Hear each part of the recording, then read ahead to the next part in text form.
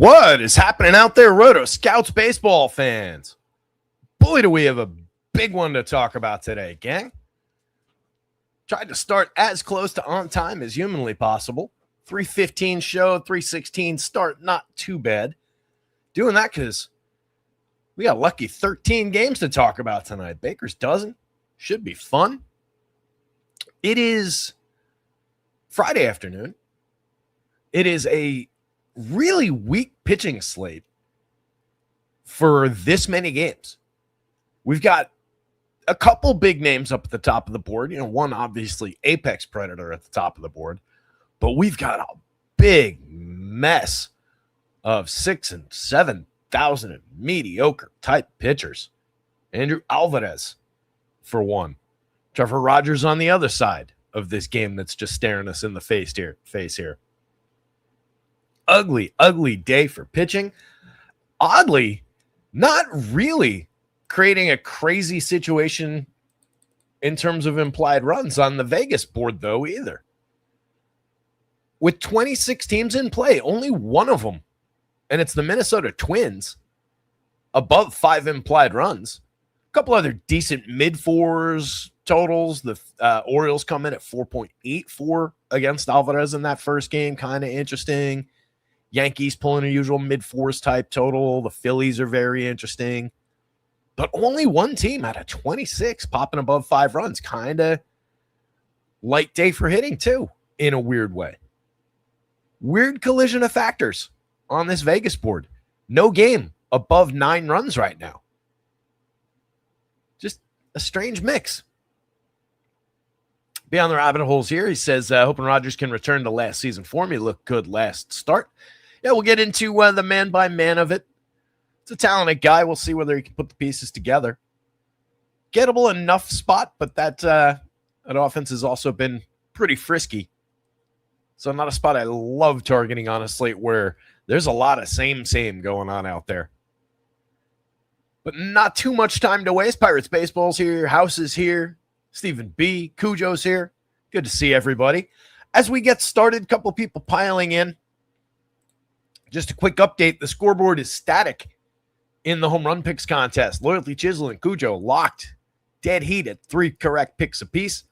Larry, Rabbit Hole, and House each have 1. Nobody else has hit 1 yet. We had a couple missed days on my part, and then we had only a few picks on the Tuesday and Wednesday shows. Nobody hit 1 on Tuesday or Wednesday. So we're right where we were. If you haven't joined yet, no time like the present, or 2.5 hours from now when the show ends. All you have to do, come on back. It's free to enter. Just leave a comment on the show with your home run pick of the day. Can't be the guy that I end up using, which is also up on the website as the home run pick of the day. Probably wouldn't be a guy that would immediately leap to mind anyway, my pick. You can only use Ohtani and Judge once. Loyalty Chisel used his Ohtani. Nobody else has used him, I don't think. Judge obviously still hurt. Hopefully he makes it back soon. Got to use the same YouTube handle. Not going to track you across multiple names. 1 pick per person per day has to come from the slate we discuss. So any of these 26 teams are in play. First to 5 correct picks wins a free month of Roto Scouts that you can use now. You can use it anytime. So the contest is rocking and rolling, but we need those picks to pick back up. We need the comments to pick back up. That's kind of the whole point, is to help drive the comments. Those do really help the old YouTube algorithm. So do me a favor, come on back after the show, leave a comment. Even if you're not entering the home run picks contest, tell me I'm a dummy, tell me I did a great job, whatever you want. Just leave a comment. Also, scrolling across the bottom of your screen right now, feel like giving us a test drive. Use promo code TRYME, all one word, capital T, capital M, at checkout. You get 100% free first week on a new weekly plan. 0 commitments. As long as you cancel in between, you won't get charged anything. Hopefully you stay on board because you've done so well with the projections. It's under $1 a day to stay on board once it renews, but it does renew at full price after that first week. So that's on you. But free first week with promo code TRYME anytime. Go check it out. Rotoscouts.com, rotoscouts.com, rotoscouts.com. This is our stacks board for today. Live and in color. You can see it is messy. You got value. You got home runs all over the place. Up and down the board. There are things to pick off. All the way down toward the bottom. Cleveland showing you at least a little bit of value on either side, a little bit more so on DK as the 6th-ranked value team. Not that they look good by projections. That lineup's really, really limited at this point. Blues Castillo's been all over the map all season. So it's a reasonable enough, just cheapo spot for a few competent bats. I don't really like the idea of going to the Cubbies against Mizorowski outside of just throwing darts at the top pitcher of the day. But that's going to be an infrequent spot. When it does work out, it'll pop a little bit. But I don't love the spot. And even if he goes sideways, it seems like more of a 4-run type bad day rather than a 12-run type day that would win you a tournament. But the Cubbies do stand out a little bit with that 10th value rating down toward the bottom. You pick up a couple interesting home run spots on some of the lower ranked teams, with the Cards in particular looking okay for a little bit of power, but not otherwise great against Max Meyer. Meyer has was just out, has a little flag note thing on his, at least on FanDuel, on his profile, but he didn't miss any time. He just was on the, I want to say, bereavement list for the last few days, made it back in time for his regular turn in the rotation. So no issues with Max Meyer today. Going up the board, just kind of a lot of teams lost through the middle here. The Diamondbacks, the Marlins, the Giants, the Mets, the Mariners, a lot of meh through there. Not that they're facing an intimidating group of pitchers. Outside of obviously Zach Wheeler's very, very good. Number 2 on the entire board behind this guy. But that's otherwise not a big-time group of pitchers. Tosh Bradley's been okay. Martinez has had his moments. Low strikeout guys. All these teams through here even are gettable, let alone before we start climbing into where we're seeing some actual value created, where we're still seeing some home runs tracking. Trevor Rogers, Trevor McDonald, just remember the 2 Trevors, believably pretty good at limiting home runs. Despite being in the middle of the board, their opponents, Atlanta and Washington, checking in at 25 and 26 against them respectively, because they both do believably cut power down pretty notably. Same is true for the Orioles against Andrew Alvarez, at least in a medium-sized sample. And it's small sample at the major league level for McDonald right now. But a little bit of impact for some of the better-ranked teams in the home run column. Even against Zach Gallen, who's just awful otherwise. Really like the look of the Twins, but I think they're going to be super popular. They're the 5+ run team. They're going up against a crazy gettable Tomo Sugano. Phil's showing a lot of power against Thornton. A lot of run scoring quality there. Don't rank out great by value, but you've got a lot to work with among the high quality teams for value that you can just put with the Phillies and bring that price down. I like the looks of the Rangers. Patty Corbin's been getting away with a lot this year. I think you can go back to that Ranger squad, up and down as they can be, and maybe target Patrick Corbin. They come in 10th by Vegas value. They're doing a little bit better in our numbers. I do think that's a targetable spot that maybe gets interesting against the field if they're not all rushing there. Peyton Toley's really good. He's facing the Yankees. They grade out just fine. Obviously, still no Judge. They do dip slightly for being the Yankees in home run, but obviously pick it back up. They're 4th by Vegas total. The Yanks go sideways against talented pitching a lot of the time, and Peyton Toley is a talented pitcher. The Dodgers dip a little bit against Walker Buehler, who's had 3 out of his last 4 have been very, very good. He's kind of picked it up over the last little bit. Wobert Urena, targetable with A's bats. Reasonable going back the other way. A lot of ties in through this part of the board.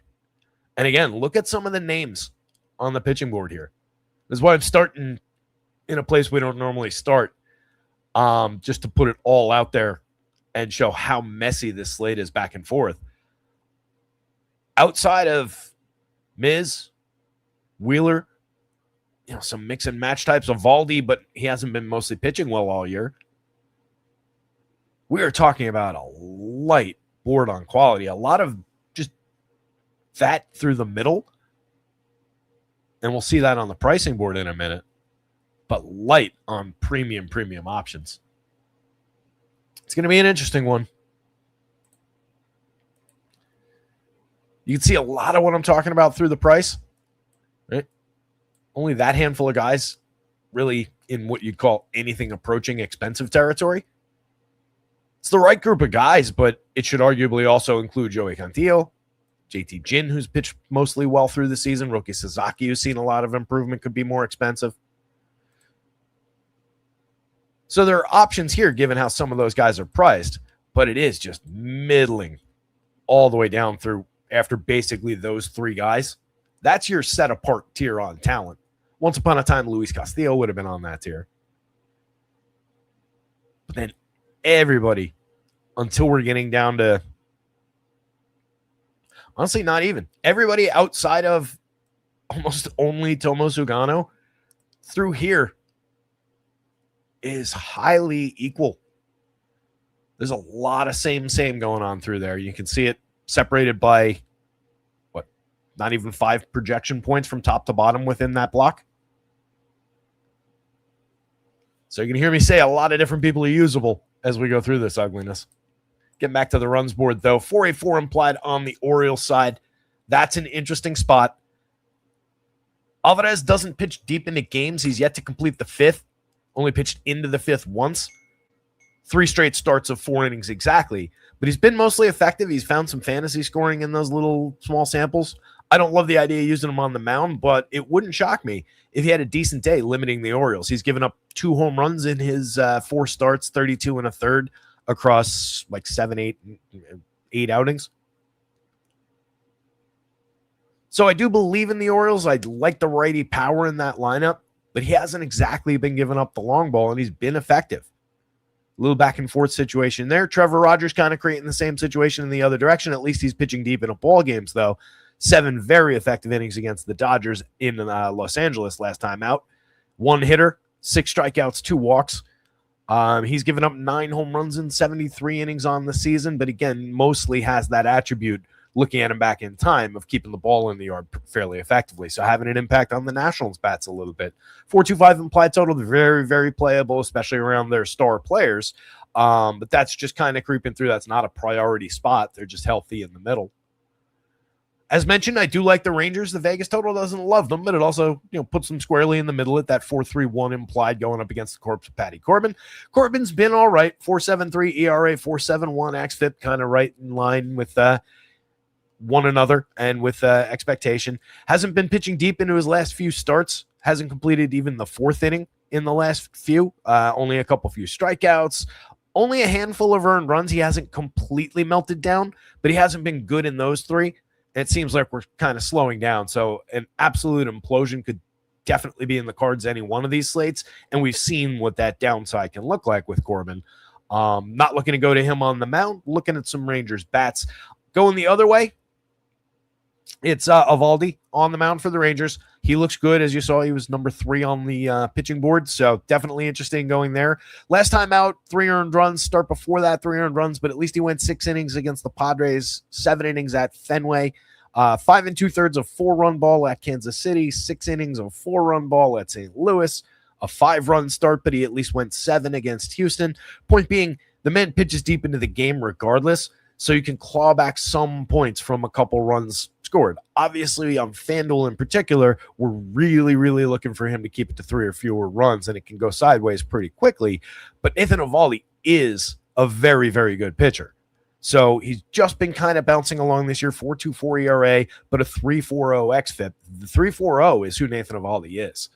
So I'm happy to go back there. It's just a team that I don't love targeting in that pesky Blue Jays team that can put the ball in play, that can avoid the strikeout. So it's not a great team to throw him into when he's been pitching like this.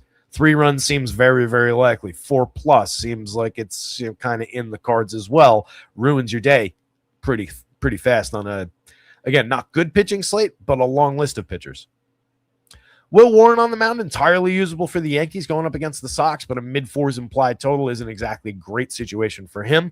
Going the other direction, Peyton Toley, very talented lefty, but potentially running into some trouble with the Yanks pulling that 4.62 implied. We can see the damage that they can do to basically any given lefty with some of the mix and match guys, the resurgence of Paul Goldschmidt, and so on and so forth.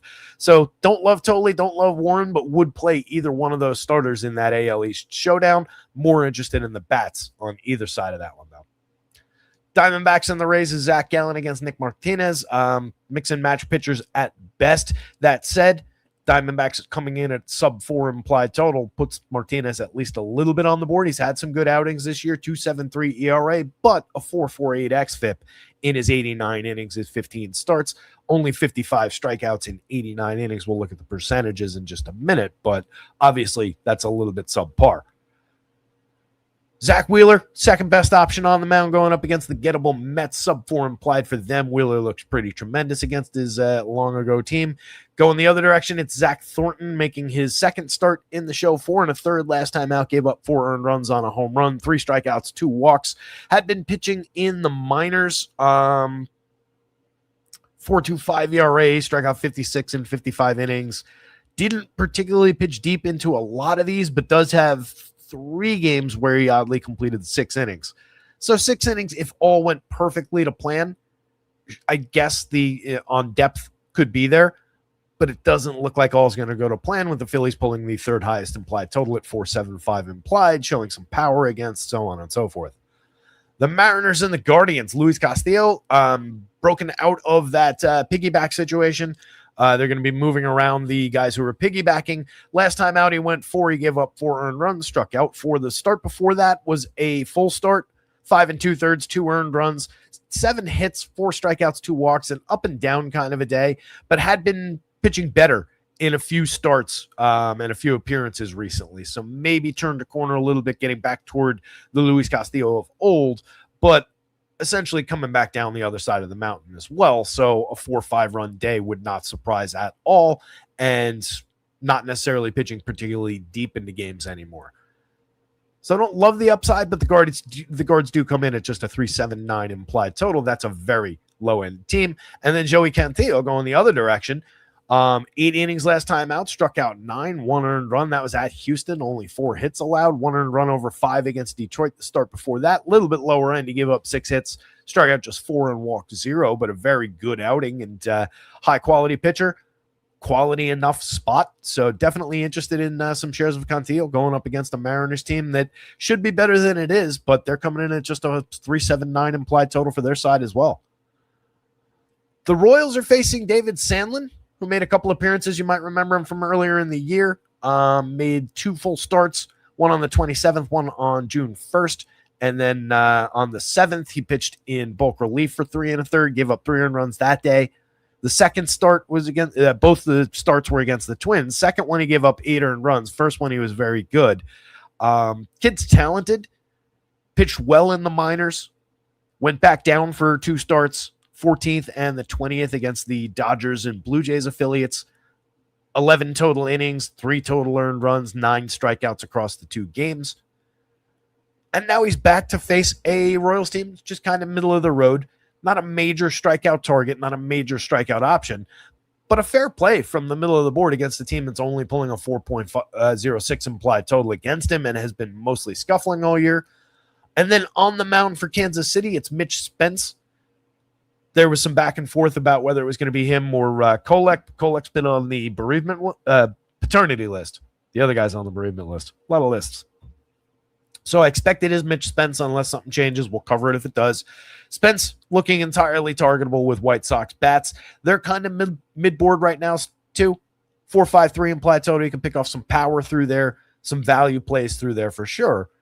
But it's also not the absolute prime spot on the board.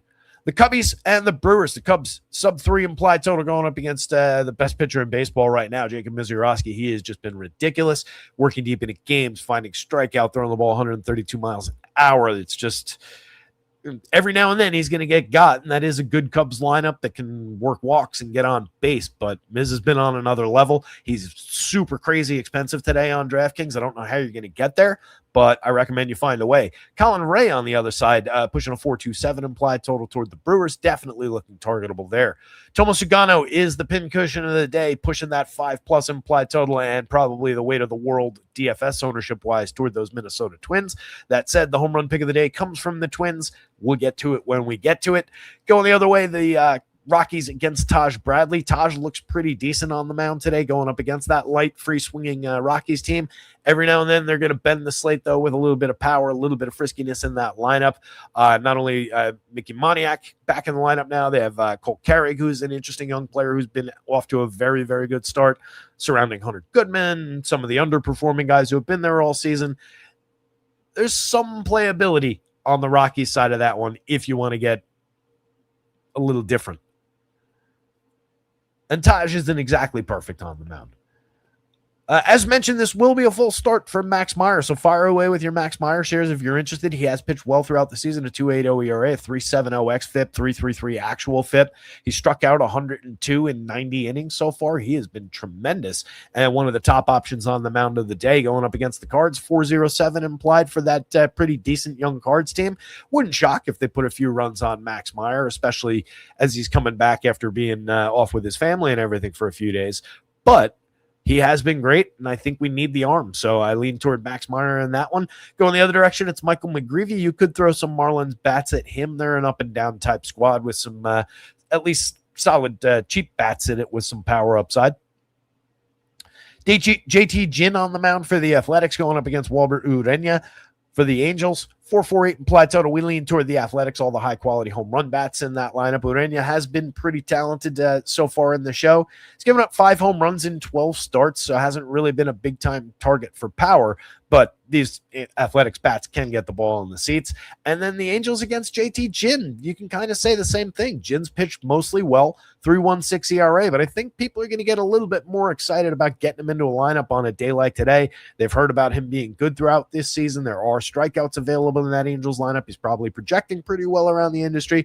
Does have a 4.20 xFIP and has always been a guy that can be hit a little bit hard. So I don't love that spot if he's going to get a little bit popular, which I think he will.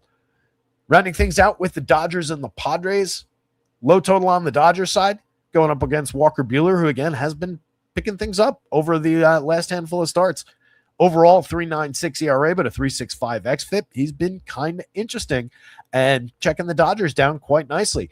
Going the other direction, Roki Sazaki's been very good as well, finding some strikeout, working deeper into ball games. Had a clunker 2 starts back against the White Sox, but surrounding that had been very, very sharp. So we expect him on form. It's a pitcher-friendly environment there against the worst offense in baseball. They're coming in at a 3.50 implied total on the San Diego side. Sasaki looking pretty good at the top of the board, or up near the top of the board.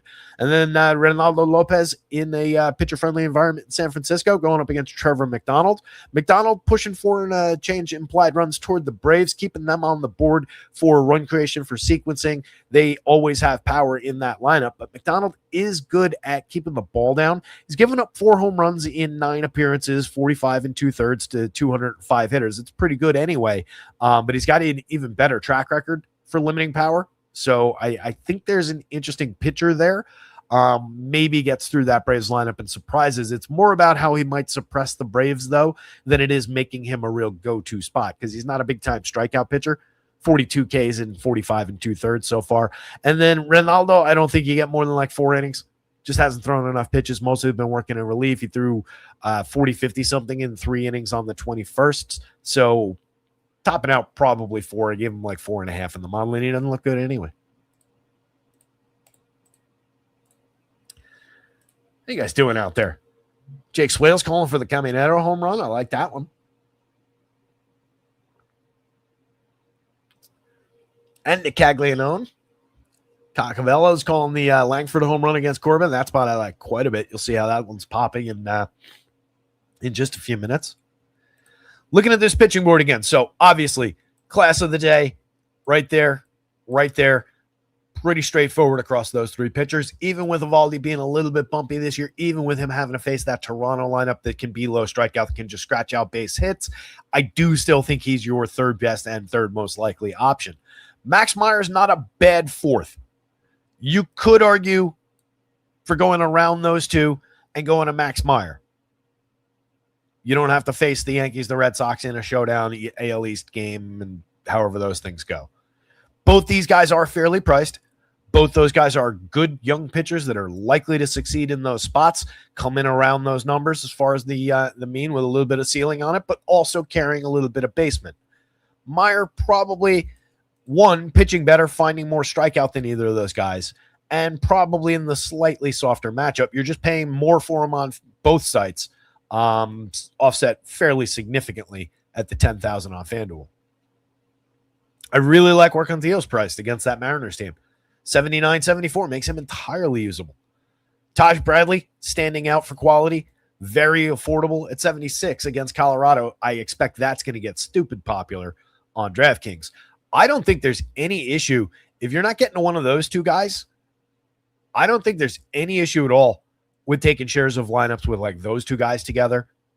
One of those two guys and Castillo, honestly, at 69 against Cleveland is definitely in that mix. Jin, Sasaki, same deal. I would say it's a little different on Sandlin at 57. For one, that plays nicely from the bargain bin. But it's also a little bit lower end with a little bit more blow-up potential for the lack of experience, so on and so forth. But McDonald would be back into that mix of like just this stretch of guys. Ureña would be in there. I don't think Ronaldo's in there because, again, I think this is your ceiling with Ronaldo. But Martinez would be. Trevor Rogers, arguably at 63, would be. McGreevy at 62 would be, and those guys also qualify as bargain bin options. Those guys pair nicely with anybody up this way. But there's a big, healthy middle, and it's really about, am I getting to one of these two guys in most lineups? Because Eovaldi, talented as he is, and as much as previous seasons have belonged with these guys, the way he's pitching this year does more belong with this group of guys. Once you cross out of that price threshold and get down into here, any combinations of these guys start to get really interesting, start to get different, and you don't need all that much to fail. Just, the very best pitcher in baseball this year, and a guy who's been demonstrably one of the best right-handed pitchers of the last decade. But if those two guys go sideways, the rest of it very easily could tip. So I do think it's one of those days where it would probably pay to, if you're running lineups on an optimizer, building out a bunch of them and then putting them into a sim process or a sort process, run some sets without probably that entire block of guys. Or at the very least, take these three guys out and let these guys fall into lineups with those as well. But just getting differentiated combinations into the mix on a slate like this, I think, is super important. And there's so much usability and so much same through these guys, especially from here to here. You're talking about 4 points, thousands in salary, gigantic blocks of public popularity or not. So it pays to get a nice cross-section of combinations with those guys in them. And then bargain bin-wise, what you're looking to put with and get to these guys and reasonable bats, I do think Sandlin's in that mix. Kid showed some talent in one of the two starts. A lot of talent on display down on the farm, and that's a gettable KC lineup. Give me 5 innings for the 5,700, even if he gives up a couple runs. It's not bad. I don't think, again, Ronaldo's there. Rogers, McGreevy, either one of those guys. I don't love tackling the Nationals, but Rogers does have the ability to keep the ball in the yard. If he's pitching well, he can find the strikeout. 63 totally works price-wise, and he can pitch deep into that game. A couple 6-7 inning starts recently. McGreevy, I really have no issue with the opponent. I wouldn't be shocked at all if Miami went out, had a good day, hung 6 runs on him, homered, blew him up. But I would be equally unsurprised if he came the other direction, 5 and change, maybe 6, somewhat effective innings, a run or two, nothing special, couple Ks, picks up the win. 6,200, not a bad price for that. I'd rather use McGreevy against the Marlins than Colin Ray against the Brewers. Probably than Mitch Spence for 51 against the White Sox. I don't really know what you're getting there. I don't think it's more than 4 and change. Zach Allen's been an absolute mess. I don't really want to use him against those Rays. I don't want to use Thornton against the Phillies. Alvarez against the Orioles, you could at least argue for, but I don't think there's need for it. And that's probably true of Corbin. It's probably true of Walker Buehler. Good as he's been overall, I just couldn't get him to look particularly good against the Dodgers. A lot of other teams, I think you would have found Buehler kind of in this territory. I don't think he's unusable from down here. I just feel like it's more of a, but why? You know? But why? He is cheaper, sure, than like that stretch, this stretch for most of those guys. But wouldn't you rather pay 100 less for Luis Castillo against the Guardians than Walker Buehler against the Dodgers? I would. Tomo Sagano, just kind of dead at the bottom of the board. Meech, what's going on? Pirates likes Will Warren over Taj Bradley. Yeah, a lot of back and forth among those options, as you can see, as I've been rambling about. Hit the like button. I just hit the lineups button. We'll see what comes in. You take a nice tour through this, but I'm going to try and hop over some guys, kind of hand wave some guys away. So you can see, I think one of the big talking points here, just the impact in both directions on some home run numbers. The Orioles not looking bad, but kind of in the middle. Andrew Alvarez has allowed some hard hit and some significant exit velocity, but it's come with very limited barrels on a very, very limited trajectory. 6.5 degrees average launch explains away that 1.46% home run rate. It's a small sample. It's 4 starts. It's 32 1/3 overall. He's found some swinging strike. He's found some strike outs. 3.34 ERA, a 2.71 xFIP, and a 3.05 Sierra, I think, are very noteworthy. But he's put too many guys on base overall. So if one of those premium contact events does happen to get up on the right angle, it could certainly get into the seats and burn him. But the O's have their work cut out for them, I think, a little bit here as far as finding some quality through sequencing, finding some quality through line drives and ground balls. And that's not necessarily their best game. So it wouldn't completely stun me. That's why I said Alvarez at least is in the conversation from the bargain bin at 65, poorly as he might project, poorly as he might look overall. Last season, in another small sample, it was very similar as far as the trajectory, 7.7 degree average launch, a 3% barrel, 1% home runs allowed, and he also induced some weak and medium contact in that mix. He's traded some, it looks like, premium contact off for more swing and miss, for some more strikeouts, at least, again, in a small sample. But that's at least a little bit more supporting evidence that some of this is actually strong attributes for him. Rogers going the other direction, a 2.88% home run rate allowed so far this season on a fly ball trajectory. Hasn't been bad as far as barrels, but some of those fly balls have gotten into the seats against him. Last season, that was just 1.42 on a lighter launch angle. The year before, it was even, an even lighter launch, but a 2.49% home run. But in none of these seasons have home runs been a problem for him, and they're medium-sized samples in each year. So I think we can safely say Rogers has at least a little bit of impact on some of the home run numbers. Takes James Wood down a minor peg as far as just the long ball rating, 7.93, not nothing, still approaching the magic number, but it's not his usual 10, 12, 13.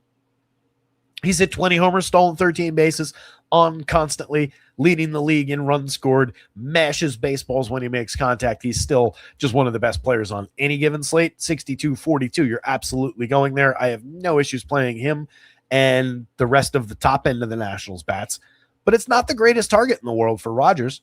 And a 4.25 implied total just kind of puts them in the lower middle of the overall board. Curtis Mead's been on a strong stretch. He's up to 14 home runs now in 237 plate appearances, making very good contact. You can see the barrel rate. Andres Trapado has always been able to barrel the ball infrequently. Doesn't find a ton of success otherwise. So far this year, he's gotten on base a few times in 48 chances, yet to homer, but he only cost 22 at first base on FanDuel, 2,000 at first base on DraftKings. The cheap price alone puts him in the mix, and he is a righty who has found success against lefties as far as those batted ball events. C.J. Abrams, a star against anybody, 17 homers, 13 steals, one of the better ways to fill shortstop on any given slate. Fire away with C.J. shares. Then we do hit some interesting bats in Dylan Cruz, just being very cheap, 36-28. He's hit 5 homers and stolen 3 bags. He hasn't been particularly good otherwise, but the 326 xWOBA at least has its head above water and is an interesting marker. 9.4% barrel, 44.8% hard hit, both interesting marks. 20% strikeout, down slightly. The walks are really hurting him right now. 1.6% walk, needs to come up dramatically, and he'd look a lot better. But that's a player. That's a kid who's going to get more and more interesting. Righty bat, heart of the lineup. If you're going to the Nats, don't sleep on Dylan Cruz. It's a good price for the talent. Dale and Lyle, more mix and match in this situation. Jacob Young maybe gets decent wood on the ball. He's at 8 homers, stolen 8 bases.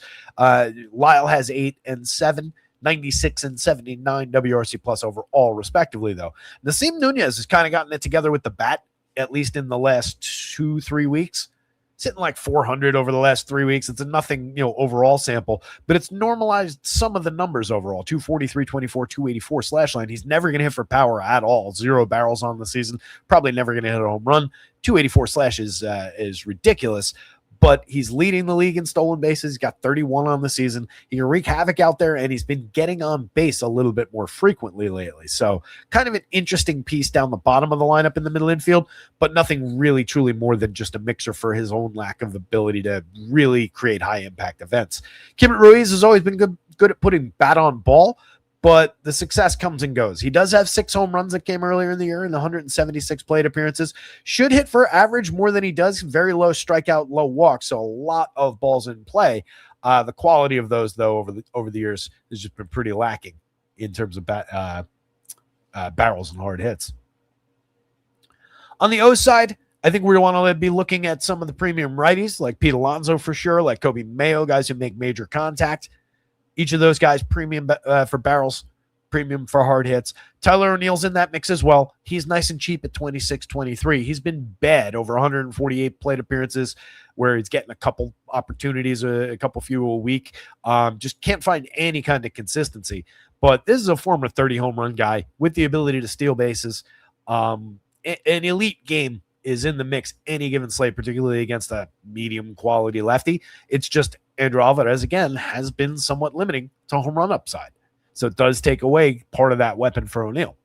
Kobe Mayo's also, again, been struggling. 189, 255, 373 isn't where anybody wants to be, but he has hit 10 home runs. He does make very, very interesting contact, and he's also cheap at third base, key position to fill. Alonso's just great. Gunnar Henderson, you're just riding for some of the power upside, 16 homers, 6 stolen bases, and then the any given slate ability to just turn on who this hitter's been in years past. Price is down a little bit at shortstop. Not a bad way to fill the position. Taylor Ward still getting on base like crazy. Hit a few home runs. Anytime we get a lefty on the mound in particular, I'd be interested in some Taylor Ward, and if the ownership's down a little bit for a perceived lack of power, so much the better. This guy's been mashing for the last couple of years. It's just been a little bit light to start this season, but a 345 weighted on base, a 350 xwOBA. It's been a productive player anyway. Sammy Basayo, no issues about the lefty pitcher, 12 home runs on the board and 249 chances. Nice, cheap way to fill catcher on DraftKings. Loaded Taveras, Jackson Holiday, Blaze Alexander. More mix and matchy. Alexander's been good over 194 plate appearances this year. 3 homers, 8 steals, a solid slash, a 123 WRC plus, backed up by his weighted on base numbers, making interesting but not great contact. Holiday is making better contact over his 99 plate appearances and is the higher end player overall. But sub Mendoza, sub 300 on base is problematic. 292, 318 weighted on base and xwOBA is problematic. He's just not been able to put it all together. But an intriguing option if people are going around him to get the Blaze Alexander or going to Leo Taveras or somebody. Give me the kid who's crushing his batted ball events like that with all that prospect pedigree at second base for a cheap price. O's bats.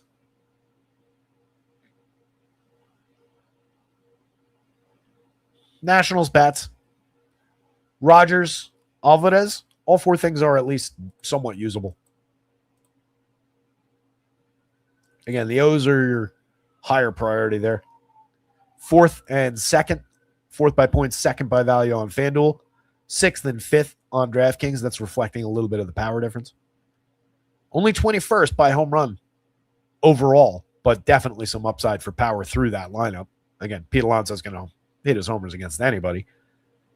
2nd by Vegas total. Stands out. The Rangers. I'm interested against Patty Corbin. We've been targeting this. Hasn't really worked out that many times this year.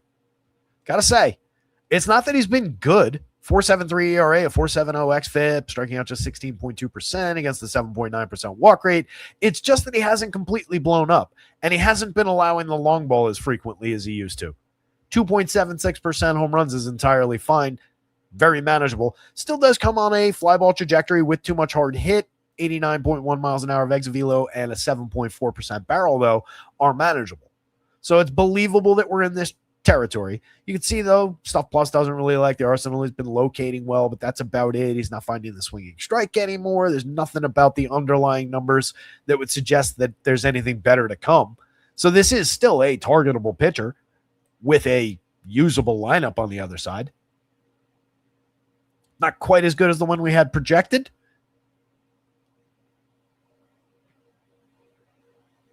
Corey Seager. I mean, yeah, we could just throw righties at him, I guess. I don't know. I feel like this Rangers lineup looked a little bit better with the projected version in.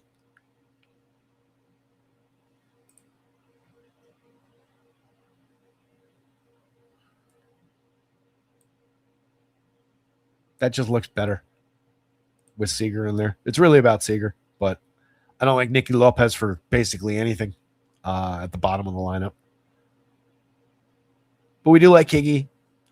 So I got a little bit less enthusiastic as we started talking about this spot, but Wyatt Langford looks tremendous. Somebody already mentioned him for a home run in chat. I like the upside there for that big righty. He has been rolling. 8 home runs on the board, 5 stolen bases. Multi-category contributor who is just only beginning to show us what the true upside looks like. So really interested in the Langford spot, 10.83 in the home run model. Josh Young has found a lot of success on the season, 296, 355, 436 overall, matching basically WOBA and XWOBA, 123 WRC plus, doesn't really strike out, medium quality walk rate. So just cashing in on that 47.3% hard hit rate again and again and again. He's been good and he's still affordable. 4,100, 3,000, another high quality righty up toward the top of this lineup. Brendan Nimmo hits the ball squarely, gets on base, 332 on base, 8 home runs resulting from a 12.6% barrel, 52.9% hard hit. He's still carrying a 381 xWOB under his 332 actual. The actual is just fine, but there's 50 extra points there. Brendan Nimmo is going to have some big games throughout the end of the season. He's only 2,800 in your outfield, 36 on DraftKings. Jake Berger, another righty who can absolutely mash to throw up against Patty Corbin. 10+% barrels, 47% hard hits from him. Justin Foscue in 87 plate appearances has great numbers in terms of the premium contact. 12.1% barrels, 46.6% hard hit. Exactly what we're looking for.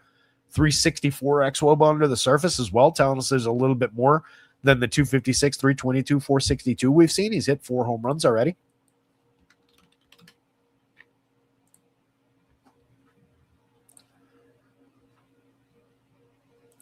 Those are his first 4 home runs in the show. He had made 9 plate appearances last year and 44 back in 2024. In between that, though, 2025, doing all this work at AAA. I'll just read the AAA numbers. 453 AAA plate appearances, 19 home runs, 7 stolen bases, a 13.9% strikeout, 9.9% walk, 103 WRC plus, a very noteworthy only 299 xWOBA under his 357 actual, and the surface level damage that he did, I have to point out, he was doing as a 26-year-old at AAA. So there's some quality there. Going back in time as a 24-year-old back in 2023, also in AAA, 18 home runs, 14 stolen bases, a very strong year. 331 xWOBA under a 389 actual, though. So again, overperformed, but was tremendous. That would have been your last age-appropriate season in AAA. But he's not completely out the other side of this guy just washed out for his career either. Probably more a quad A player, but has made some interesting contact, remains cheap, fills second base. Not a bad option if you're going Rangers. Ezekiel Duran has found a bunch of success early in the season. The numbers are starting to normalize back to Duran-type territory, though. We know he's mostly just a utility guy. That's how he's positioned on FanDuel. I don't love shortstop on DraftKings. I wish he had second base or third base over there. Outfield's fine at 3,700, but there's also cheaper options throughout that lineup. Higgy we love around here. 9.7% barrels is exactly why. He's hit 5 of the probably 10 home runs that we're getting out of him this year already this season, 148 plate appearances. Higgy's always good for a shot at a long ball, 6.58, one of the, what's that, 4th, 5th best in this lineup today. Not a bad mixer at 2,900 where you need the position. I wouldn't skip him all that often on FanDuel at 26. It's a way to get this lineup awfully cheap real quick. You do have to double up him and Jake Berger in a lot of those lineups, though. First base util. Osuna's getting on base a lot, 364 on base percentage on the season, just a 309 actual WOBA, 318 ex WOBA. No barrels yet on the season, so you're just throwing darts at some correlated scoring opportunities. That's the same that's true about Nicky Lopez. Right now he's getting on at a 346 clip, hitting 311, but this is a very light hitting bat who's finding a little bit of BABIP success so far. Either one of those guys, but not both of those guys in any given lineup to bring back around to the top of the lineup is fine, but you really want to be focused like from Higgy up for the most part. The Jays are interesting against the Valdi. 24% strikeout against a 5.7% walk, resulting in an 18.04 strikeout minus walk, which is good, not great. Last season of Valdi, I'm sure, was over the 20 line, 21.77. He was just tremendous last year. 26% strikeout, 4.2% walk. This year, again, 4.24 ERA, but a 3.39 xFIP, 3.47 Sierra, basically in line with who he was last season.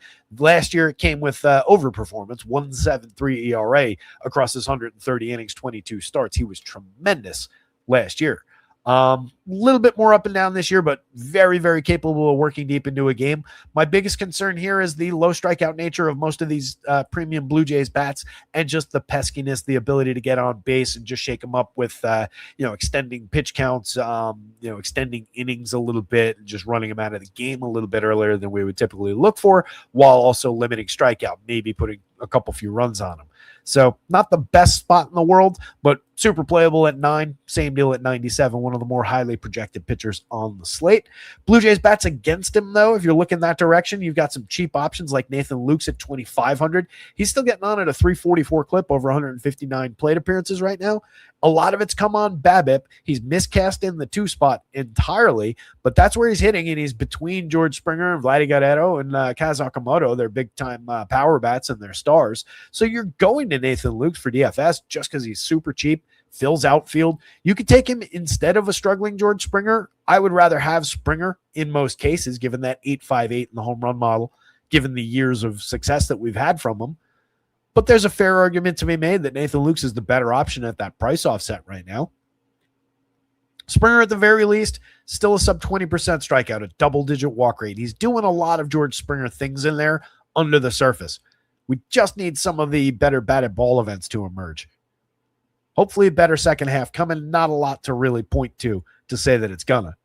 Vladdy has just lost his home run output. 4 home runs on the season is nowhere near where I think people thought he would be. Barrels are way down. Hard hit rate is down. But he's another guy, 10.7% strikeout and walk rates, right in line with where he's been in the past, getting on at a 356 clip, a 346 xWOBA under the 317 actual. He is so much better than he's been this season, and we know what the true upside is. The price just continues to come down. You just go back to Vladdy every single time you go to the Blue Jays. 34.32 for Kaz Okamoto, differently priced across sites. FanDuel's got it right. DraftKings missing the boat. 15.1% barrel, 50% hard hits. Good.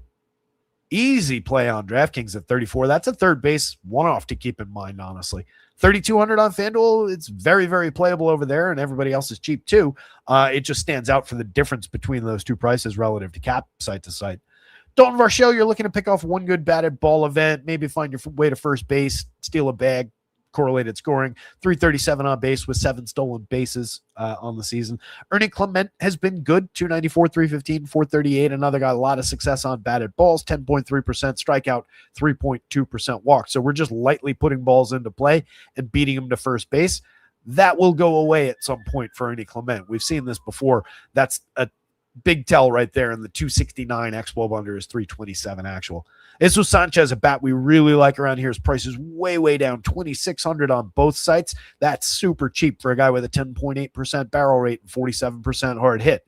He's hit 7 home runs. He's slashing 277, 319, 441. This guy hits for average. This guy hits the ball hard. He just doesn't quite crack through that next level of success. A lot of it is because he plays only on the strong side of platoon, but that price is way, way down for that talent. That's an interesting bet if you're choosing to attack a good pitcher in Nathan Eovaldi. Eovaldi, by the way, very good at limiting home runs under normal circumstances. This season, a 4.38% home run rate that comes kind of in spite of keeping the ball to under 10 degrees average launch, keeping both these, all three of those markers kind of in check. None of those is problematic, so that means that's just kind of oddball output, and that's part of why the ERA is a full run higher than the xFIP. Brendan Valenzuela and Andres Jimenez down the bottom of the lineup, mixers at their positions. Eovaldi, Rangers, Blue Jays, all three of those things very much in play. Patrick Corbin on DraftKings at 55 is a very limited, very unlikely, just price step stool. He's not as bad as he's been, as low end as his projection is. From here, he's not all that dissimilar than any of those guys. It's not completely nuts, but it's not a good option.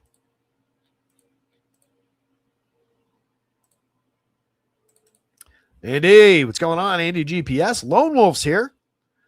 Lone Wolf, is that you that dropped something in the Discord? Took something down yesterday? Yeah, congrats to Lone Wolf. Lone Wolf took down the relay throw over on DraftKings. 2K to first. Took down first place. $2,000 last night. Not a bad little drop in that I saw first thing this morning. Congrats, buddy. A lot of winners lately around here. Spread the word. Scrolling across the bottom of your screen, home run picks contest ongoing. Haven't had a correct one in a couple days, so still two guys tied at 3 guys tied at 1. First to 5 wins. There's also promo code TRYME going on. Get yourself a free first week on a weekly. Get behind the paywall. Access all the projections, the stacks board, so on and so forth. Home run picks. Under $1 a day at regular price. But your first week on a weekly is free with promo code TRYME, all one word, capital T, capital M. That'll renew at regular price if not canceled, blah, blah, blah, blah, blah. Yeah, everybody congratulate Lone Wolf. Meech got it right. Let's see. We got these Yanks and Red Sox lineups in. AL East showdown. That hasn't meant quite as much in recent seasons as maybe once upon a time. Zamir, did it get less fun when the Red Sox started doing their winning? I feel like it did. They were bound to eventually win. But it just seemed more fun. The rivalry seemed more fun back in those days. Maybe that's just the Yankees side of it. I'm sure the Red Sox fans have had their fun over the last few years. Last 2 decades. Yanks 4.62 in Plaid going up against Peyton Toley. Again, Toley, good pitcher. 11.7% swinging strike rate, a 23.8% strikeout against the 6.9% walk is not bad. Has a ways to go to get to ace caliber. You can see a 3.08 ERA, but a 4+ xFIP 3.90 Sierra are probably the true numbers. That's kind of reflected by the 16.9 strikeout minus walk. He is a fly ball trajectory pitcher, which could bode well for some Yankees home run bats. But he's only allowed a 6.7% barrel, 34.1% hard hits, and 87.8 miles an hour of exit velo. So despite the fly balls, he's actually been really good at missing the barrel, at inducing weak and medium contact. You can see how good the stuff is. This is a tremendous, tremendous young pitcher who has room to grow and could blaze a trail through these Yankees. We've seen way worse pitchers than this carve these Yankees up from time to time. So I think they're a good spot. We like them against left-handed pitching by and large. You'd see in 770 collective plate appearances for this active roster, they have a 119 WRC plus with a 344 weighted on base and a 203 ISO against lefties. They've been clubbing lefties this season. But this is a good lefty. They put, 6 on Tarek Skubal the other day when I was saying, but Tarek Skubal is the best lefty. So use that as a guideline. But those 6 runs also did come on, 2 Paul Goldschmidt home runs and a Jason Dominguez home run. So couple outlier batted ball events for power against Skubal. He was pretty good against them otherwise. Not the totally Scooble, but that game wasn't necessarily what it might look like. And it's still not slate winning with 6 runs. Goldie was probably in slate winning lineups. He's at the top of the Yankees lineup today. 4,200, 3,400. I feel like DraftKings is still not picking up on what he's been doing. 301, 361, 571 with now 14 home runs. A 399 weighted on base, a 346 xWOBA. We're talking about 50 points in between those. But even if he was just at 346, we'd be talking about the resurgence of Paul Goldschmidt. I don't think anybody expected him to come out here and play like an MVP this season. 158 WRC plus. He's been absolutely back to his old form. It's ridiculous. Fountain of youth. Ahmed Rosario at 37.27. An interesting mixer. Third base totally works on DK. 3 positions on FanDuel. I'd play him at any one of those. 7 home runs. Some success against lefties. Getting that shot in the 2 spot where he's not really the right guy for that role, but that's okay. We can use him there for our purposes, and it's functional enough because everybody in this lineup's good. Cody Bellinger at 49.37, appropriately priced. Lefty doesn't matter to Cody Bellinger really at all. 11 home runs, 10 stolen bases, a 365 on base percentage, 365 xWOBA under the surface as well. 131 WRC plus. Cody's just been playing at a very high level this season. That's an excellent option for under 5,000 in your outfield on DraftKings. Jason Dominguez is cheap for the upside for power. 3 home runs, 4 stolen bases, kind of some mix and match performances in there. Still really finding his way, but the upside is tremendous. The capability to hit the ball hard is tremendous. Getting regular opportunities right in the heart of this lineup now at those prices for DFS keeps him involved in anything you're doing stacks-wise with this team. Jose Caballero's cheap, especially with a little bit of stolen base upside. He's got 18 on the season. He's been getting on base fairly reliably, 317 on base this year. Comes against a 287 xWOBA under that 321 actual, so there should be some downturn in the consistency at some point, but not necessarily as long as we're just looking at base hits and looking to beat them there and provide correlated scoring. Where we do probably see an overall downturn is in the home run output. He's hit 8 already this season in 246 chances. That's an outlier for this player, and it doesn't really reflect the contact he's been making. Jazz Chisholm is a multi-category star. You can just go to Jazz when you're going to this team. Lefty doesn't help him, but we're going there, and hopefully that just chases away some DFS ownership, and then we get into the bullpen.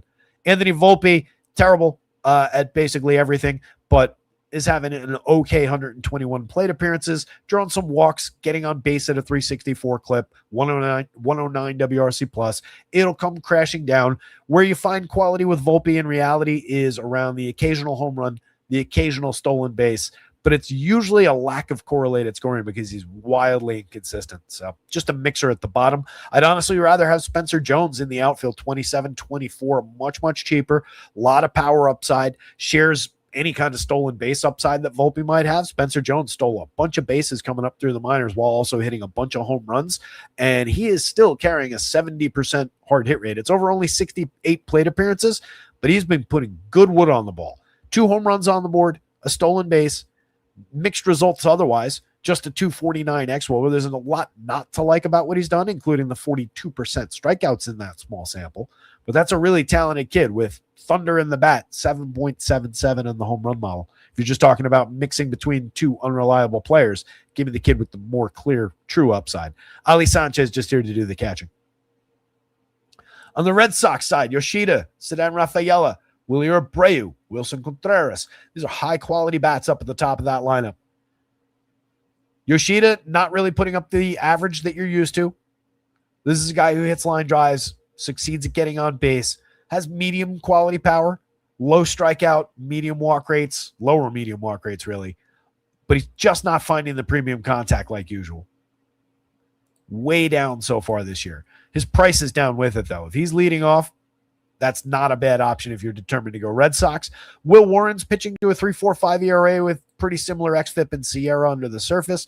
Maybe not quite as good as he looked at the very beginning of the season, but very, very good. Excellent at finding called strikes. Gets by on inducing a lot of weak contact, keeping the ball down to reasonable levels of launch, missing barrels, nearly a 25% strikeout rate.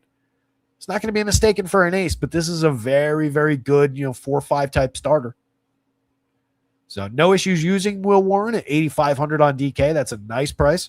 92 on FanDuel, more priced up toward the top of the board, but easy enough to reach and likely enough to beat the Red Sox.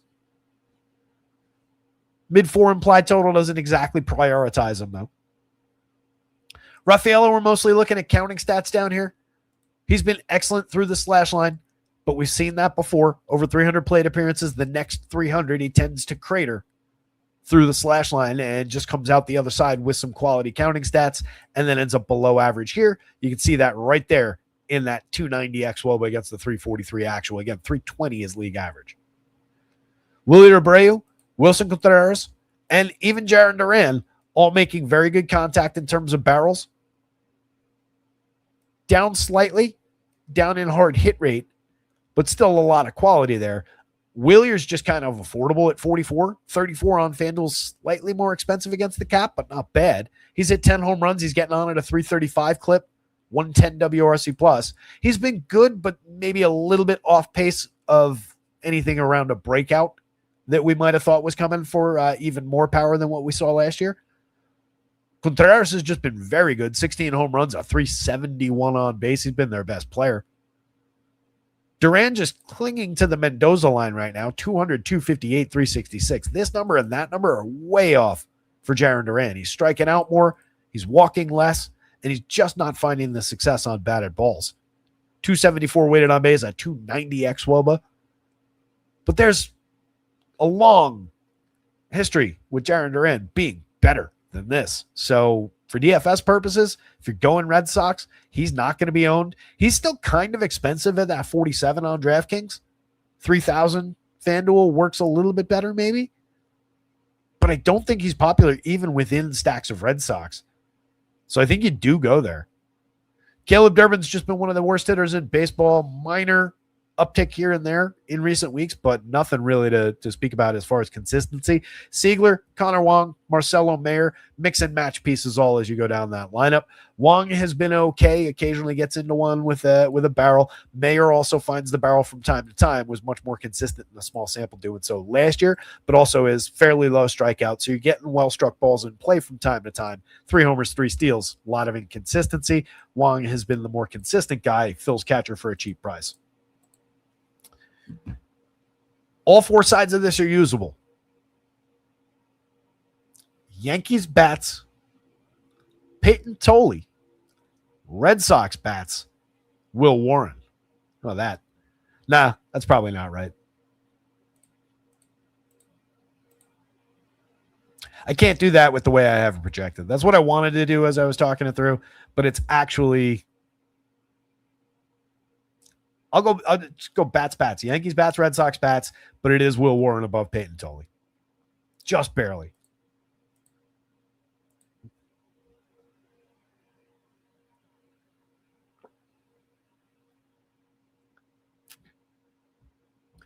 Oh, this is that terrible movie. What is the name of this? Samuel Jackson and Eugene Levy. I forget the name of this.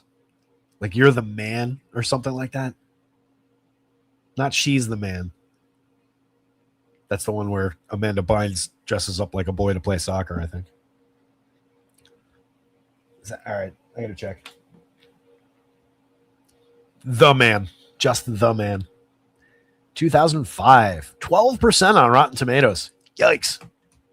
Probably one of the worst things that either of these two actors has ever been in. Anyway, not here to talk about The Man from 2005.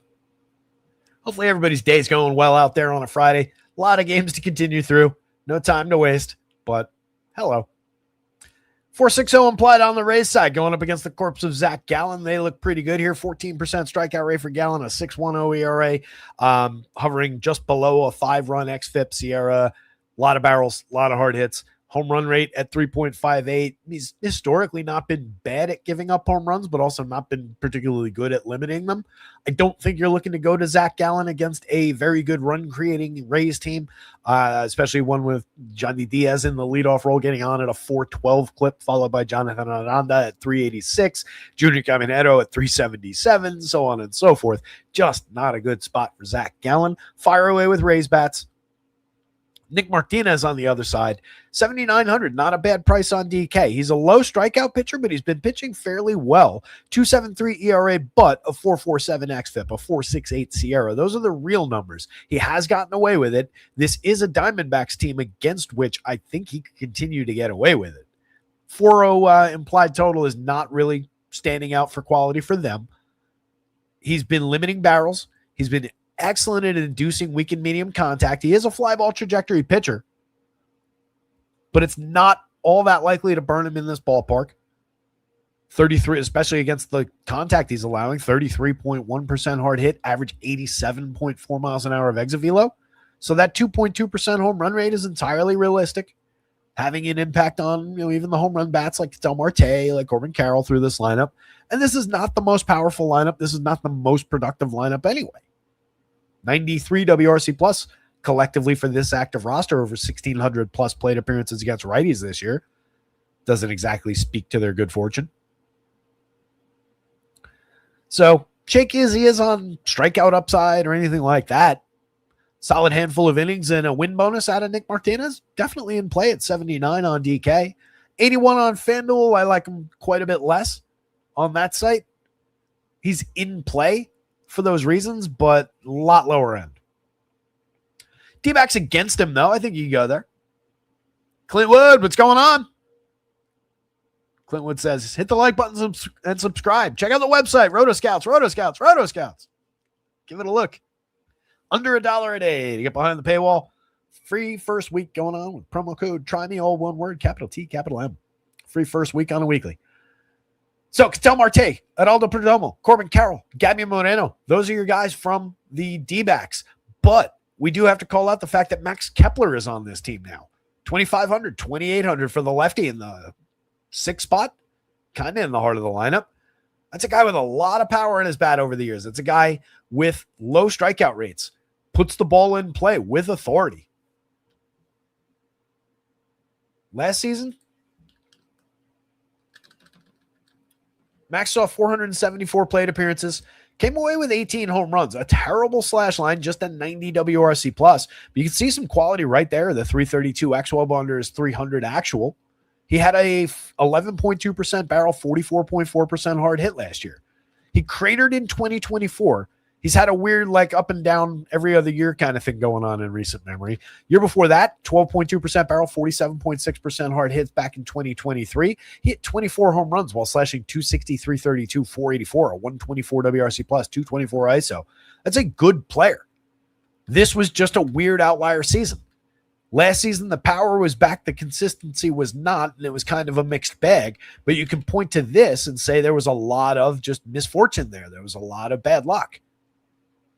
Max Kepler, if everything is back together, that's an upside bat for sure. Wasn't he in the lineup the other day? I swear he was in a projected. Maybe it was just the projected.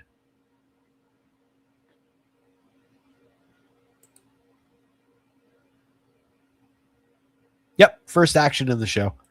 It's just the lack of stats caught my eye there because he was in a projected, I guess, yesterday, maybe the day before, but I guess he wasn't in the final lineup. So Kepler adds a little something to the bottom of this lineup. If you get any life out of Nolan Arenado, just any given slate upside, there's a little bit there. Lourdes Gurriel, little bit there at 29, 25. Hasn't been good in these 132 plate appearances, but he's had a good major league career to date. Low strikeout, low walk rate, so a lot of balls in play, if nothing else. So you get opportunity there. Pavin Smith, Tommy Troy, mixers at the bottom of the lineup, playable pieces for cheap prices. Smith has had some very, very good DFS days. Hits the ball squarely, draws walks, gets on base, creates opportunity. So it's a deeper version of the Diamondbacks lineup. I like the extension and the bump for power that Kepler would give you at 2,500, 2,800 in the outfield on FanDuel. My priorities are still the top four, though. Marte, 13 home runs, pulling things together. A 370 XWOB is the nice target for him. 113 WRC plus and climbing. Adaldo Perdomo's pulled the on base together. 349 now. Stolen 11 bags. Still inconsistency showing. 97 WRC plus has a ways to go, but still a very, very good player. At shortstop, 3,000, not bad. 3,800, even better. Cheaper on DK. Corbin Carroll's just a star in the outfield, no-brainer option in this lineup. And then Gabby Moreno, we are going to keep talking about it until that price goes up. I feel like it's come down since we started talking about it. He's 3,900. 6 home runs, 4 steals, a 362 on base, 11% walks, crushes baseballs when he makes contact. I don't know why they don't like Gabby Moreno over there. Take advantage. He is just good. So you're going even you straight line those guys and then take Max Kepler, you're not exactly breaking the bank at 41 and 40 apiece, 20,700 for 5 all-star-ish type talents, including the once upon a time days from Max Kepler. That's not a bad set of guys to throw at a low strikeout, heavy contact Nick Martinez. And again, Martinez more getting away with it than he's been good. Raised bats are the talking point, though, with that nice juicy total with some high quality options up at the top of the lineup. You're paying fair price on FanDuel for all 3 of Yandy Diaz, Jonathan Aranda, and Junior Caminero. I would say that Aranda stands out for the discount on DraftKings at 4,100, but you run into that positional conflict. It's first and third on Yandy, first and third exclusively on Aranda and Caminero, respectively. So big collision of factors there, but the discount on Aranda is really appealing. He's hit a dozen home runs. He's getting on at a 386 clip. He is just this good. We saw this through last year. He's hitting for a little bit better of a home run pace this year, cashing in on some of his premium batted ball events that he's put up over the last few seasons. That is just a good player. 13% walk rate. Junior, just one of the better bats in baseball. 19 home runs, 285, 377, 519 slash line, 145 WRC plus. Sign me up against Zach Gallen. Junior's pulling at 12.92 in the home run model and likely to hit one to the moon today. After those 3, though, you hit a big group of just mixer-type talents. That's kind of the name of the game with this Rays team. Any one of these guys can give you a successful day across multiple categories. By and large, they have guys with lower medium end power who can steal you bases, but they're inconsistent. After we pass the 340 on base that Richie Palacios is bringing in, over 188 otherwise pretty poor plate appearances, you've got a collective 306 on base across those next 5 hitters. It's not a good group. But Sed Mullins can hit you a home run, can certainly still steal you a base. This is a multi-time 2020 guy. Victor Mesa has a little bit of pop in the bat, also likely to steal you bases if he ever starts getting on more consistently. Taylor Walls, 12 stolen bases despite only getting on at a 325 clip, doing basically nothing else out there, at least can give you a little stolen base padding. Hunter Fiducci is a cheapo catcher, a home run on the board in 108 plate appearances, pretty low end. A lot of strikeouts, but at least drawing a double-digit walk rate. You've got, 6 guys in this lineup drawing double-digit walk rates, and then Yandy Diaz is another one, 9.7. It's just teed up to frustrate Zach Gallen.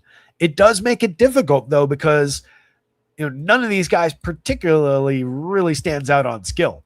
So you just got to throw a bunch of darts at the various combinations. The guys who are closer to these guys in the lineup show a little bit more direct correlation, get a little bit more interesting. But a lot of these guys just share attributes.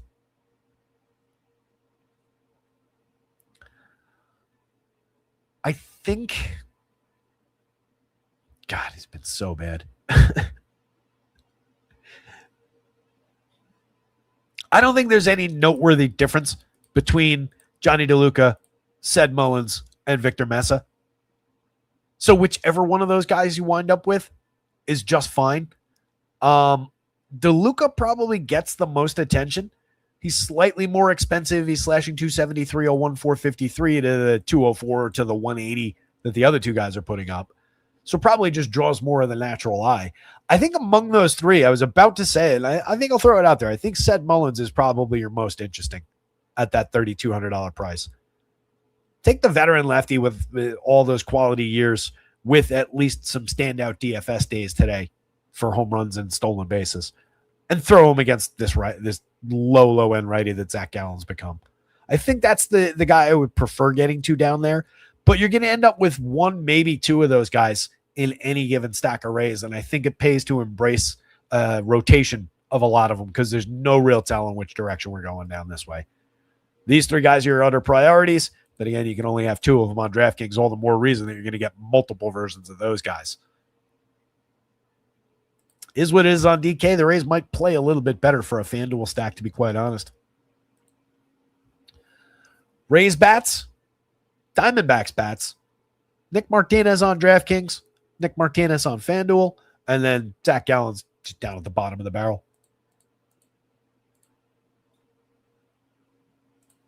Phil's in the Mets. Yo, Wayne Stark, what's going on? Randy Leeson calling the Max Kepler home run. I love it. Make sure to come on back. Leave that as a comment after the show. Enter the home run picks contest. Still got a two-way tie at 3. 3 people tied at 1. First to 5 wins your free month of rotoscouts. Check it out, but you got to leave it as a comment after the video. We did the rules at the beginning. We'll pull it back up in a little bit. But right now, Phillies, one of the top teams on the board, going up against Zach Thornton in his second outing. He went 4 1/3 in the first one, gave up a couple home runs. Wasn't pretty. I don't really like his chances to beat this Phillies team here. I think we can fire away with some Phillies bats, not waste too much time talking about poor Mr. Thornton. If I can find his numbers. There we go. Had a 4.25 ERA, 56 strikeouts in 55 innings over 11 starts down on the farm. Meh. Went 6 a couple times. So maybe, like I said earlier in the show, for the 6,000, if you're just throwing darts at 6 possible innings, maybe through that lens, you could see some success. But his likelihood to go to 6 innings is not only a matter of, is he stretched out enough to do so? He's also got to pitch well. And this is a really good Phillies lineup with a healthy total against. It's just all working against Zach Thornton here. Zach Wheeler, on the other hand, is definitely a go-to. We got Zach against Zach in this game. We've got Castillo against Cantillo in the other game. It's a lot to talk back and forth on. Zach Wheeler's just been one of the better pitchers in baseball for, I don't know, what, a decade plus. 2.11 ERA with a 3.27 xFIP, 3.40 Sierra, striking out 26.6, walking 6.9, no problem, just under 20 in strikeout minus walk. No issues with premium contact, still inducing weak and medium contact with regularity. Couple extra home runs maybe have gotten out against him at that 3+% home run. There's a little fly ball trajectory there, but there's nothing problematic going on through here. Zach Wheeler's still tremendous, and he's facing a Mets team that, let's see, hey, Soto and Lindor together again. This is, what, the 13th time I think they've been able to play in the same lineup all season. I really thought they were going to lose Soto to the IL again right when Lindor came back the other day, but managed to make it back. Celebrate, Mets fans. You've got your more complete team for whatever that's worth. 3.84 implied total against Wheeler, who is just tremendous. But if you're going Mets, it does help a little bit to have both those guys and some quality around them. I think they're playable. They're going to be very low owned. They're going to be potentially sneaky. It's not a good target in Zach Wheeler for run creation, but maybe for leverage. Maybe for a little bit of game theory, you could attack that spot somewhat, given the higher quality version of the Mets. Not a good idea, but if it came up in a few lineups just as an angle, no issues with it. Phil's in the talking point, though. Trey Turner, despite the struggles, you continue to go back to Trey Turner. If one, just for direct correlated scoring with Kyle Schwarber, with Bryce Harper, and the quality in this lineup. But Turner, any given slate, can give you plenty of upside for counting stats. He's still scored 50 runs. He's among the league leaders still for runs scored, despite only getting on at a 282 clip this year. There's still a very good option in there. 54 is a little bit rough on price at shortstop on DraftKings. 29 is a nice discount on FanDuel and helps you buy Schwarber and Harper and one other bat here. 63.58 for Schwarbs and Harper. You're not getting any favors out of DraftKings on price, nor should you. Schwarber's at 29 home runs. Harper's hit 18 with a tremendous slash line, 160 and 143 WRC plus for those two. They are just two of the highest quality hitters on any given slate. Alec Bohm is only 3,500, 27 across on FanDuel. 9 home runs on the board, slowly but surely dragging his slash line up. It's just difficult to notice. Still only a 291 xWOB under 280 actual. There's a long way to go, but he is still doing some quality Alec Bohm things in there, like limiting strikeouts, putting the ball in play with regularity. It's just the quality, the consistency have been down somewhat in terms of the batted ball events. I still do like Alec Bohm. I still do want to use him from that cleanup spot. He's just going to get opportunity after opportunity with these guys doing their thing for getting on base. If Trey Turner gives you anything, Alec Bohm's in prime territory to succeed, if nothing else for RBIs. Brendan Marsh at 47-32 is having a tremendous year. A lot of the quality here comes on batted balls, just beating out some BABIP, but it's been working for him. He's been driving the ball effectively, finding the gaps with regularity, driving runs in, creating runs. 138 WRC plus on the year, even if he was just coming in flat at his 333 xWOBA, which is nearly 40 some odd points below the actual WOBA, we'd still be talking about this being a quality year out of Brendan Marsh. And this is a player who's always been able to drive the ball, always been able to get to first base. Derek Hill, not a bad mixer for 2,400, 6 home runs, 7 steals, and 114 opportunities. Just a lot of strikeout, not that much walk in his game. So you're just looking to find that one good batted ball event if you mix him into anything. JT Realmuto going through it this year, very cheap option at catcher. Every now and then you can catch a quality game if you're filling out a lot of Philly stacks. Man, I said catcher into catch, and then I said if you're filling out Philly stacks. Well, unwind and erase everything I just said there. Realmuto, slightly playable if you're just, rounding out some Philly stacks. Bryson Stott, solid mixer at second base, having a bad year, but there's quality there. 7 home runs and 15 steals is not nothing for DFS, and that's what he's done in a bad year so far. Still doesn't strike out that much, puts balls in play. Edmundo Sosa's been better for DFS than he's been over 139 chances this year. Not a terrible mixer on FanDuel where he fills 4 positions for 2,700. He's a lot worse as a just outfield only $3,000 option on DK. If you go to the Mets, Carson Bench in the leadoff role, 9 home runs, 11 steals, having a good rookie season, 346 xWOBA tells us he's got more to give as well. Not a bad way to get things started against Wheeler, but your priorities are right there and right there. Lindor came back, went over 5 in the first game, then sat last night. Back in the lineup today, though, hitting cleanup today.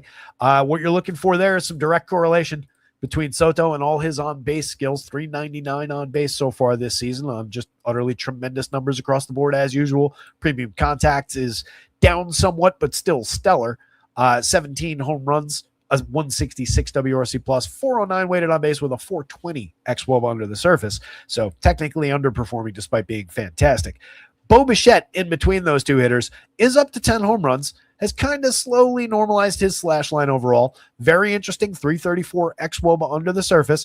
The premium contact numbers are directly in line with where they've been. Strikeouts are still a little bit up, but he's strung together some better weeks in recent memory than he had been starting the season. So Bo Bichette still very much in there, still very much a priority if you go to Mets, and that makes that not a bad 3-man across those 3 guys because you get 2 of them well below 5,000. That's a $4,900 a piece average for the 3 stars from the Mets. That's not bad for Juan Soto, Bo Bichette, and Francisco Lindor. They're going up against Zach Wheeler. That's not good, but that's a high-quality 3-man in any mix. Jared Young rounds his team out with a lot of power upside. 15% barrels, 50% hard hits over 106 plate appearances, 6 home runs, a lot of inconsistency, but it's not because he's striking out this year. Last year in a small sample, 34%. 2 years ago, 27.7% strikeouts in a small sample. This year, over 106 chances, we're down at 21.7%. He's been really interesting. Still cheap on DraftKings at first base, has outfield eligibility to go with it on FanDuel. AJ Ewing is an interesting multi-category contributor. 3 home runs, 8 steals in his early days here. Definitely a playable piece. Ronnie Mauricio, once upon a time, premium prospect for this organization. Got some chances with Lindor out, but also got himself hurt. Only 37 plate appearances overall. 1 home run in that stretch. A couple good batted ball events. He's the dead mid price with third and shortstop eligibility on DK. You can mix him in at second on FanDuel while still getting third and short filled by Bo Bichette and Frankie Lindor and still getting, say, Juan Soto into that mix. So Ronnie Mauricio, a really cheap, really interesting option from downboard. Hasn't really shown us very much in the show. Going up against Zach Wheeler, not doing him any favors there. But if you're already going Mets, why not mix in the dead mid price? Brett Beatty, some good batted ball events, nice home run total last season. Luis Torrens every now and again gets into one, but he's mostly here to do the catching. If I go there, 1, 2, 3.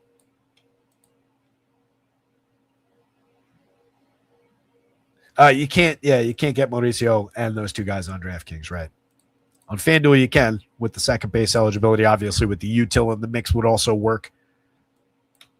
But let's think about him at second base. Shortstop, third base, either way.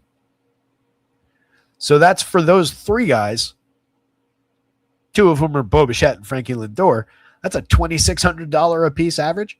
$7,800 for the three, and then I just plunk Soto into the mix. $2,950 a piece for Soto, Bichette, Lindor, and then Ronnie Mauricio.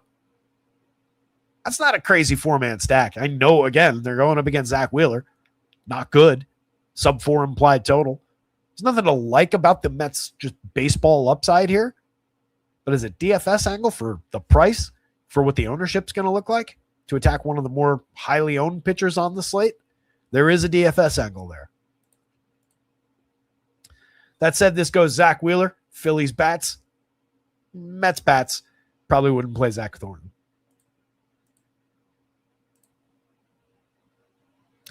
Mariners 379, Guardians 379, matching totals. Oh, got to get Cooper Ingley in here. He is available on FanDuel.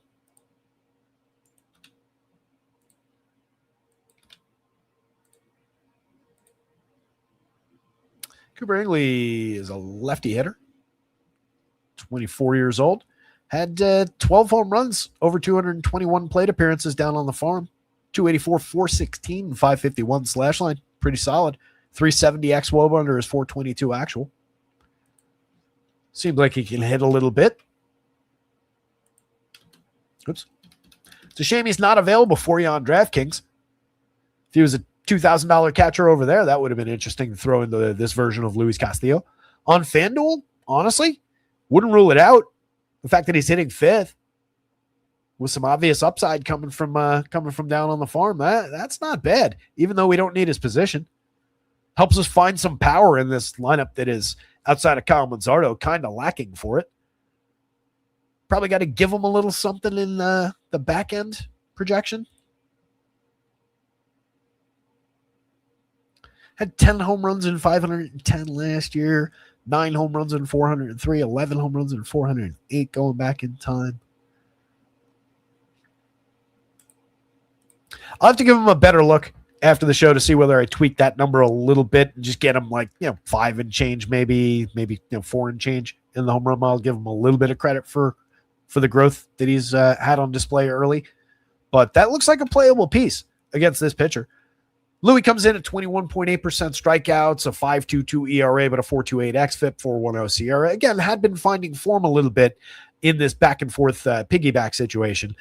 A lot of hard hit, a lot of exit velo on a fly ball trajectory, though. Probably a little bit lucky to be at that 2.84% home run mark. So maybe that puts some home run opportunity in play around a guy like Manzardo. Travis Bazzana is interesting in the leadoff role for this Guardians team. There's a little loose playability. Again, they measure out much, much better for value, like we saw from down here. They're 6th by value on DK, but they're 25th out of 26 teams by projection upside, 15th and 25th on FanDuel. So as a DK value play where you're already losing a player there, it's just okay. Joey Cantillo, I think, is the more appealing of the two pitchers. 22% strikeout. He is walking too many this year, but a 12.3% swinging strike rate is nice. 4.05 ERA, does have a mid-4s xFIP on a slightly higher SIERA to watch, but he's been good at inducing weak and medium contact. Does come on a fly ball trajectory, and a few mistakes have gotten out of the ballpark, but only a 3.24% home run against, so nothing overly problematic, and should be even better given the consistency with just, again, weak and medium contact. He was very good at that last year at limiting home runs, despite a little bit more premium contact that was available, but came on fewer barrels, so fewer mistakes. 3.66 xFIP last year, 3.83 SIERA speaks to the quality of 3.21 ERA. 26.9% strikeout was a little bit higher than this year's mark. Walks about in line with where they are this year. So any given start where he wrangles walks a little bit, he gives you plenty of quality. This Mariners confirmed lineup checks in with just an 8.7% walk rate this year. There's a couple guys that are good to great at it, but this is not the best team at drawing walks, not the best team at getting to first base in general. So I have no issues with Joey Cantillo here. You might find a little bit of upside at 74 on DraftKings. 79 on FanDuel is also kind of in the mix. Cantillo, 8 innings last time out. That was on the heels of some shorter outings. He's only finished the 6th 3 times, including that 8-inning start last time out. At least that one's encouraging, though. That was against the Astros. I'd rather have some more depth here.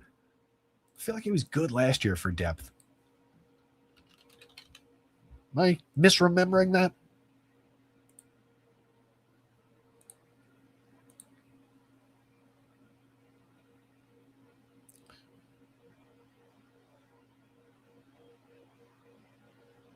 Yeah. Pitched into the 6th more than he completed it in that run of starts that he made toward the end of the year last year.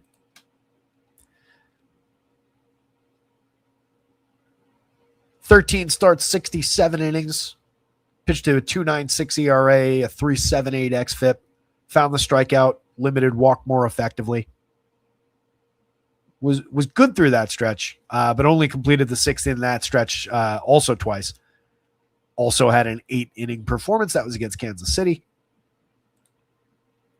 So not as quality as I was remembering for depth across those 13 starts, but I think 6 innings is a quality start, easily in the mix at 7,900 on FanDuel, or in the mix anyway.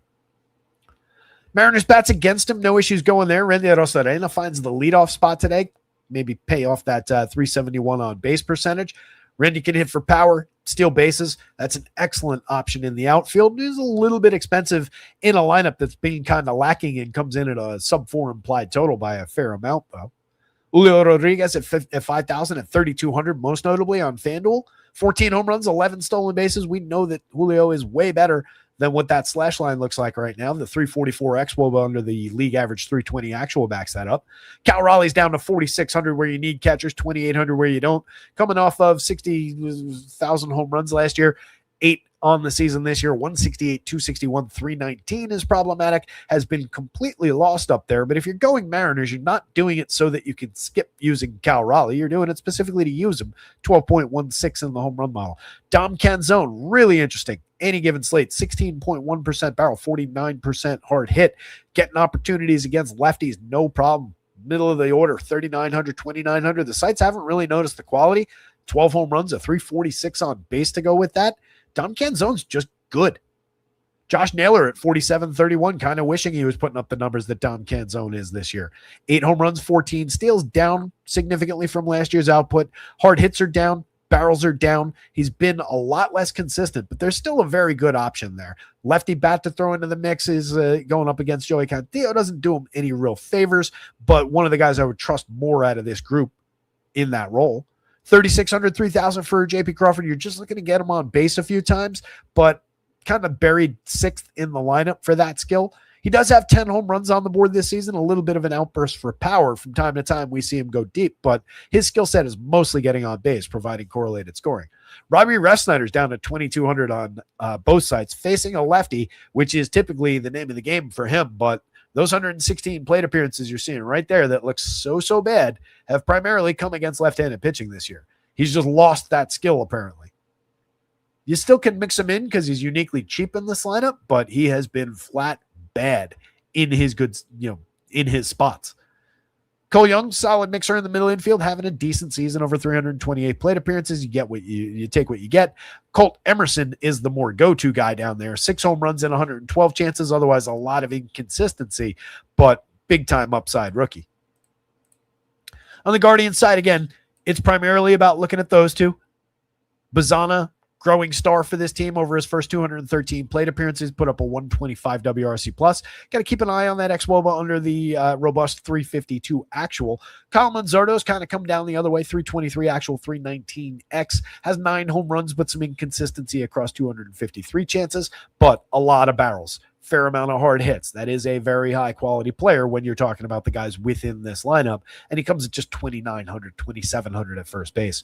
Brian Rocchio in the 3 spot, sure, if you're feeling it. 269, 344, 388. Found some early success on the year. Is not much of a hitter. Certainly not going to carry forward with the 5 home run pace that he was on earlier in the season, or the pace that got him to those 5. This is not a power bat by any means. 2.7% barrels, 31.6% hard hits. Just some success on batted balls early in the year. I wouldn't expect it to continue. He is a lower priority option for me than maybe anybody else hitting third in any given lineup. Khalil Watson at 21, 24 maybe picks up some priority just because he's so cheap. Shortstop on FanDuel is less than ideal even at 24. Outfield works a little better at 21 on DraftKings. Cooper Ingley, as mentioned, a lot of home runs on the board in the minor leagues in a short stretch. 2,000 kind of works price-wise on FanDuel. Schneemann runs into good contact from time to time, as illustrated right there. 6 home runs on the season in 227 chances shows you a little bit of that, and everything else about that slash line shows you his wild inconsistency. Stephen Kwan not hitting for average this year, so he's essentially useless. Patty Bailey here to frame pitches for the pitchers. P.D. Halpin, 8.6% barrels in 51 plate appearances. Mix and match at the absolute best. It's a very low-end Guardians lineup. Could speak to some quality upside for Luis Castillo.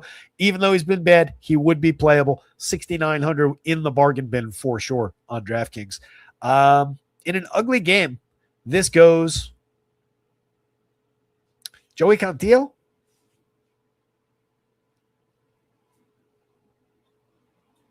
I guess Mariners bats.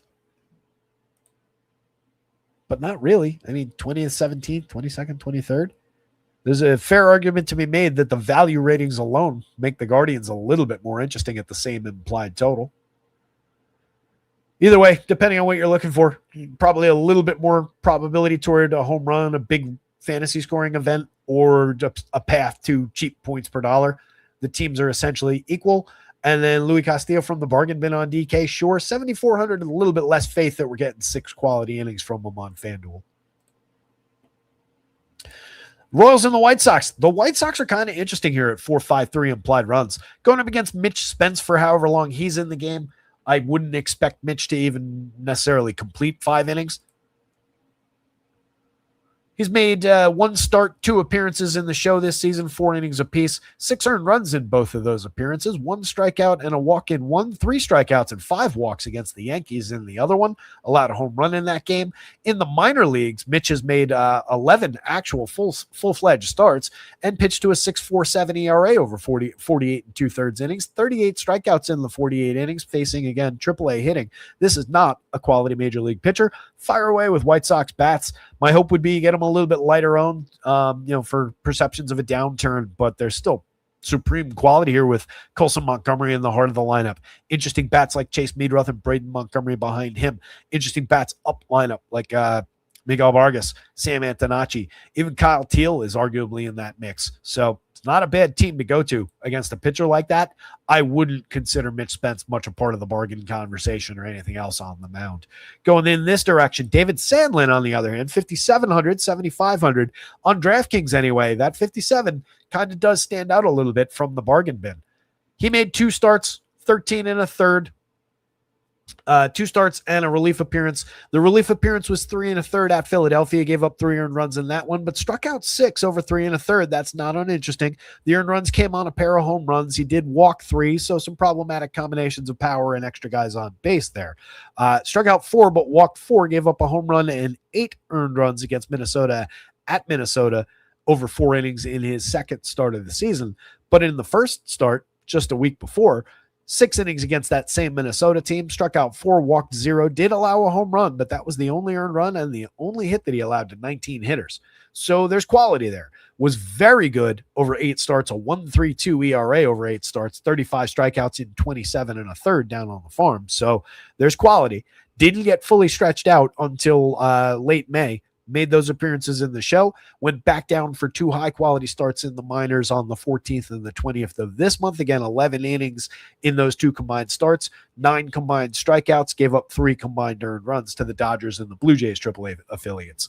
So at 5,700, going up against a Royals team that is low strikeout, has a few high-end power bats, a couple guys performing well, a lot of guys struggling for quality.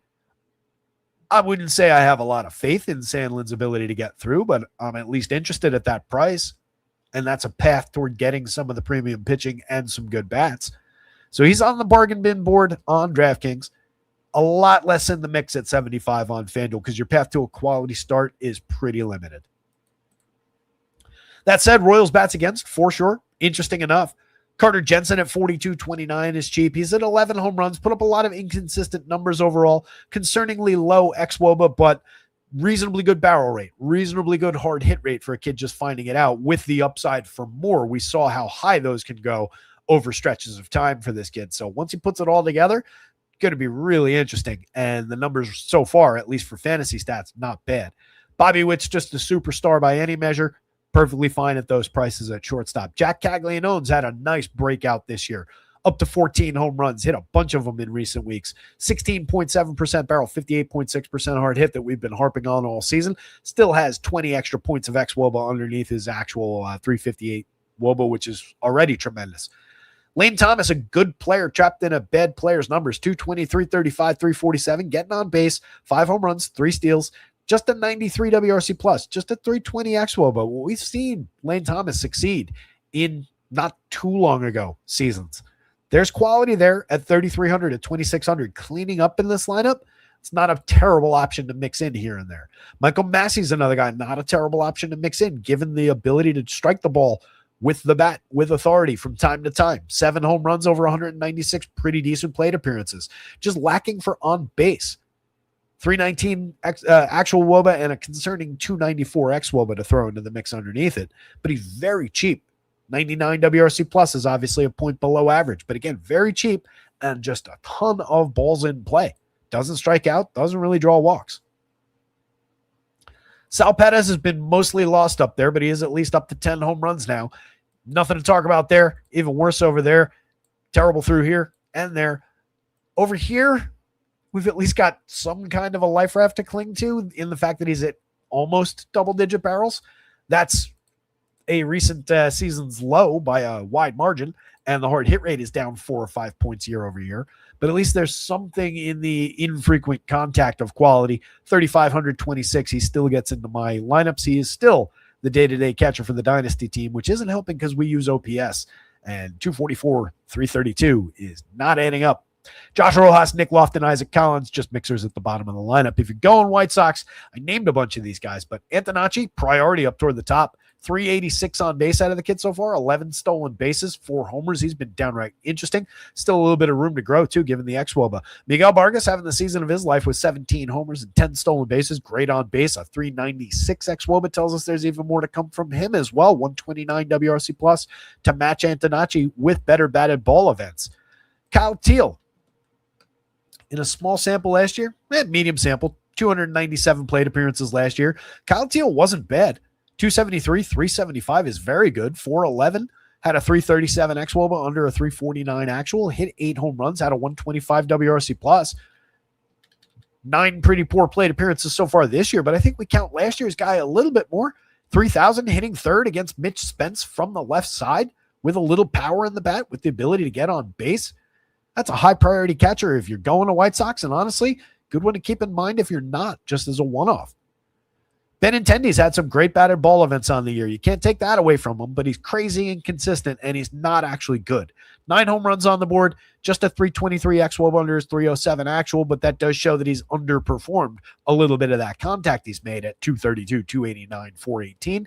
The occasional long ball, the occasional well-struck double, mix and match guy ultimately for 31 in the outfield. Colson Montgomery, the absolute priority, 20 home runs, 40 plus in the 600 change plate appearances, making the show midway through last year. Absolutely outrageous power. A lot of strikeouts, but they're star for right now. Chase Meadroth, you're looking for correlated scoring. You're looking at that 331 on base. Concerningly low xWOBA under the actual, but a guy who can maybe continue to defy that because he's got some speed, because he's a very good hit tool player. He's just plunking the ball where he wants to on the field and beating it to first base. From the 6th spot, that doesn't exactly pay off, though, because there's not a lot of paths back to the premium options as far as correlated scoring goes. you got to hope you get a Braden Montgomery or Tristan Peters share that pays off in that mix with him. Each of those guys has a little power, a little bit of speed. Jacob Gonzalez, you could say similar things. He's struggled over 60 plate appearances in the show so far, though. Gets mix and matchy down through there, but Braden Montgomery offers quality at 3,200, 2,800, 2 home runs already in 53 plate appearances, showing off a little of the premium contact. White Sox bats. David Sandlin on DraftKings. Royals bats. And then David Sandlin, Mitch Spence the rest of the way. I don't think you're playing Spence, and I don't really need Sandlin on FanDuel. Cubbies, low point of the day as far as that's implied total goes, going up against Jacob Misiorowski, who's just been the best pitcher in baseball this season. Michael Botcher's here. What's going on, buddy? Great stuff as always. Been meaning to ask your thoughts on why Trevor McDonald had relatively bad numbers in the minors, but seems to be a competent major league pitcher. Pacific Coast League, PCL. So basically every park plays like Coors Field. So any pitcher in the PCL, you just can ignore his numbers, and it inflates numbers for hitters. XX Cub says, Cubby's low point of my life. Arch Stanton says, afternoon, hope all's well. Would love 2 guaranteed home run picks if you could do it. Maybe 1 chalk and 1 under the radar. Guaranteed is a strong word. If you check out the site, which you can get behind the paywall right now for free on a first week of a weekly, the home run picks are up there, including my overall home run pick of the day, and I make 1 home run pick from each team, and I give you the home run pick number. I also give you the Fangraphs Game Sims probability to go with that. So what I'll do is, to answer that question real quick, or from a half hour ago, I don't have the timestamp in front of me. We haven't gotten to this game yet. Is it our next game? Where the hell? Yeah, it's our next game. But to spoil the home run pick real quick here, my home run pick a little bit off the board, but it was the home run pick of the day. It's Victor Caratini from the Minnesota Twins. I expect them to be very popular within that stack. Victor Caratini will be a little bit lighter on. It's a guy who's always been able to hit the ball hard. We pick off DFS home runs for cheap prices at catcher with Victor Caratini from time to time. I'm really liking the look of the Twins' power overall. They're the team that's at 5+ implied runs. So I think that makes them super duper interesting overall today, but they're going to be popular. But you could call Caratini, he's my home run pick of the day overall, but you could call him in your question there, the maybe off the beaten path, off the board type guy. And then if you want the on the board type guy, I'll give you 2. One of them we just talked about, Colson Montgomery from the White Sox. I've got him at 12+ in my home run model. His Fangraphs, I don't know why I said that weird. His Fangraphs Game Sims mark was a 5.7% probability of a home run, which is one of the higher marks on the whole slate. And then the other guy I was going to throw in, again, no guarantees, but higher end probability, Junior Caminero against Zach Gallen. 12.92 in my model, puts him well over the line. 6.4% probability by Fangraphs Game Sim. So hopefully that helps with some home run thoughts. No guarantees, though. Quality Soul says we're on the same page. Love hearing that, buddy. Awesome. 282 implied for the Cubbies. Really tough spot to justify shares of them just with how Miz has been pitching. 1.45 ERA, a 2.11 xFIP, 2.19 Sierra, a near 40% strikeout rate against the 6.5% walk. When we talk about strikeout minus walk, what number are we looking for, guys? I assume you all just said 20 in your cars, your houses, and scared your families and coworkers and so on and so forth. But that's right. We're looking for 20. Jacob Misiorowski comes into this game at 32.6. That's really good. That's the best in baseball right now. Fire away with Miz shares. He's facing a Cubs lineup that should be better than it is. It's a Cubs lineup that always draws walks and is frisky for run creation and so on and so forth. But he doesn't really lose guys to walk. When he does, he finishes that inning anyway and blazes a trail through the next few hitters and gets out of trouble. It's very difficult to create runs against this pitcher, and he limits power. 31.9% hard hit, 87.1 miles an hour of exit velo, 1.13% home runs is honestly surprisingly high given those numbers. 2.2% barrel allowed. The ball's coming in at 105, and it's just difficult to find the right part of the bat even if you do happen to make contact. Misiorowski's just another level right now. Difficult to justify Cubbies. That said, if you're looking to just purely target the most expensive, most heavily invested pitcher on the slate, this is your guy. And the Cubs aren't a completely terrible team to do it with. given their propensity for getting on base. It's just a sub-3 implied total. Says a lot about this spot. And none of those things are true about Colin Ray, who strikes out 17%, pitching to a near 5 ERA with a near matching xFIP and Sierra, giving up over-the-line barrels, over-the-line hard hits, and exit velo. Lucky to be at 3.46% home runs. That should easily be above 4. Go to the Brewers, no problem. 427 implied total. Honestly, feels a little bit light for them. It's a high-quality spot. Maybe that hides them a little bit on our board, and we can pick off some Mizurowski with his Brewers stack building and kind of angled toward that win even a little bit more in some of our mid shares. If you're going to the Cubs, PCA from the top would probably be a priority. 17 homers and 18 steals, 367 on base. He's been a stick of dynamite for this team so far after recovering after a slow first quarter of the season, but really picked it back up and put it together right now. We'll see if it lasts. Fully priced going up against Jacob Mizurowski. I don't like him at price. Everybody else in the lineup is priced down. So for one, that does help you reach PCA, but I'd rather probably just put together combinations of those guys, keep it even cheaper. Mikey Conforto at 35.24, a mixer, 323 on base, 4 home runs on the board on the season. Alex Bregman kind of scuffling his way overall through this season. Let me hit the lineups button, see if we got this in so I don't talk through a lineup we have. Bregman, a mixer for line drives, a mixer because he's low strikeout. Yeah, there we go. So it's PCA into Bregman, then Bush. 4,000 is an inoffensive price for Bregman, same with 2,800, but he hasn't been particularly good other than just getting to first base. And on a day where we're not expecting a lot of quality for correlated scoring and for sequencing, doesn't look great. Michael Bush barrels the ball with consistency, but it's down pretty hard from last year. The home run pace is down pretty hard from last year, but he's drawn a ton of walks, getting on at a 370 clip. It's just that angle is a lot less in play against Mizurowski. Seiya Suzuki, Ian Happ, both those guys get on base quite a bit. Both those guys have plenty of power. All those things are less in play against Jacob Mizurowski. But everybody from Ian Happ up is your priority if you're going to this Cubs team. If you can just straight line that, perfectly fine. I would say Bregman is probably your most flexible point in that because you want these three and you would want PCA in that equation. PCA, given where he's priced, actually, you can make an argument that he's the easiest point to flex out. Take both those guys out and you dip down this way, that might actually be the more interesting way to build it, and you save money. You fill second base with a dramatically underperforming but still very talented Nico Horner, and then you fill catcher for a pretty reasonably priced $3,000 Carson Kelly. Since none of it's good anyway, it doesn't matter. They're facing Jacob Mizurowski. They're incredibly likely to fail. So why not embrace the additional discount of going down that way instead of going up this way for a questionable version of Bregman and an overpriced version of PCA? So I think it does make sense to go through that stretch. And now you're spending $4,060 a piece and keeping it somewhat reasonable from a value perspective. $20,030 for the or $20,300, for the 5-man. You could throw Matt Shaw into that mix, but he's not very good. You could throw Dansby Swanson into that mix, but he costs more than Carson Kelly and hasn't been good at all this year. 11 home runs, 10 steals, and a lot of history with Dansby Swanson being good would get him into some of my lineups, but it's difficult to justify on his 290 xWOBA this season. You're just talking about quality counting stats.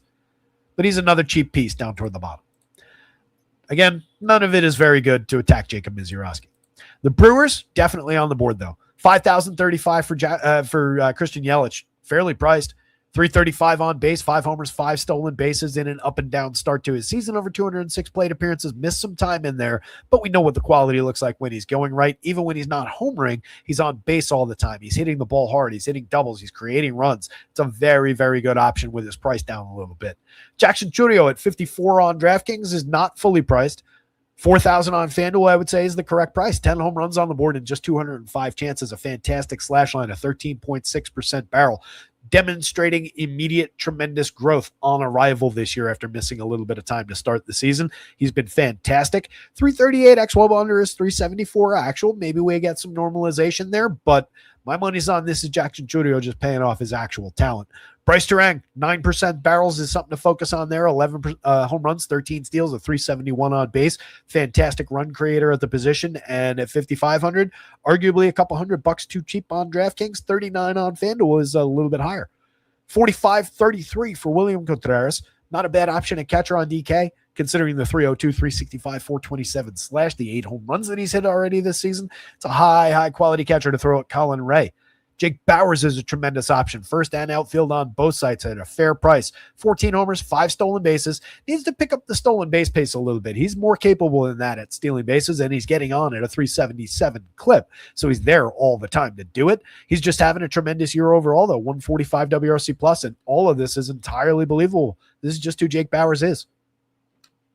Andrew Vaughn is another really good hitter in this lineup. 351, 438, 532 start. He's not that good, but he's always hit for power. He's always squared the ball up for barrels and hard hits with consistency. Limited for strikeouts, and that number's come down year over year now. Pushing walks up the board is helping the on-base percentage look outrageous right now. That's just a good bat that can find the power and a solid option to throw in at a cheap price at first base. You get Bauers in the outfield, so you don't really have a positional sacrifice on either site. Nothing to worry about there. Garrett Mitchell's hit the ball hard all season. Mixed results, 5 home runs, 6 steals, a 347 on base is elite, 333 weighted on base with a 330X under the surface. Says most of it's real. Just a lot of strikeout, but he offsets it with walk and premium contact. So maybe we're just talking about 3 true outcomes type of a talent with a lot of upside. 3,300, 3,000 in your outfield is not bad. Cooper Pratt, a lot of success through the minors, 31 okay plate appearances so far, already stolen 4 bases. There's quality there. And then David Hamilton, if nothing else, 16 stolen bases that you're not really paying any kind of tax for so far. He's just a mix and match guy down the bottom of the lineup. Mizurowski with a bullet. To speak on it real quick, 13,000 obviously goes sideways awfully quick on DraftKings. Even if you're angled still for the win, that is a difficult price. At 11-4 on FanDuel, 4 runs is going to bend that day. But Mizurowski does come with the upside of 8 innings is in play. A complete game is in play.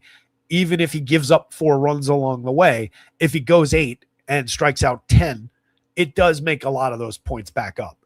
So he is somewhat unique, or not entirely unique, but he is in a very small pocket of pitchers that their price gets up to that level. And you do need to address the danger that could come with even a 4-run day, but he's also able to overcome that based on his own, attributes, what he does well. So a little bit of wash back and forth there. No issues with Mizurowski at price on either side.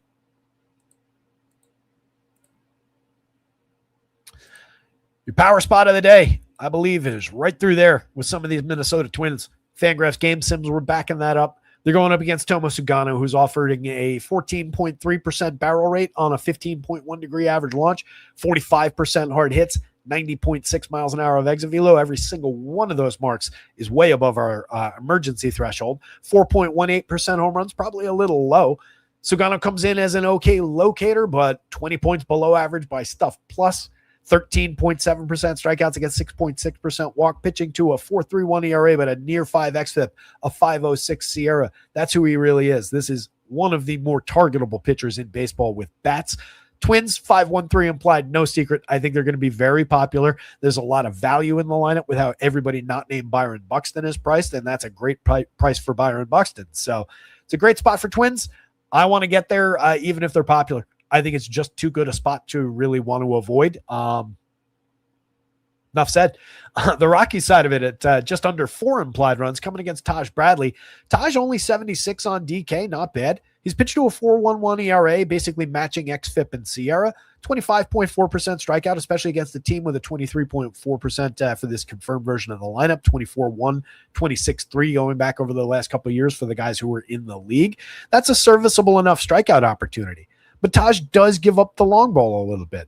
Taj has given up a 10.3% barrel. We're over the line there on a 16.5 degree average launch. If we're going to talk about it for Sugano, got to talk about it for Taj too. 46.9% hard hits is higher than Sugano. 91.8 miles an hour of exit velocity on average is higher than Sugano on a higher trajectory. He's gotten lucky a little bit around the barrels. 3.63% home run. This is definitely lucky to be below 4. Could spike that ERA against that xFIP in this year a little bit. Last season, 3.14% home runs, but it came on a lot less premium contact. He was significantly better at limiting launch, missing barrels, inducing weak and medium contact last year.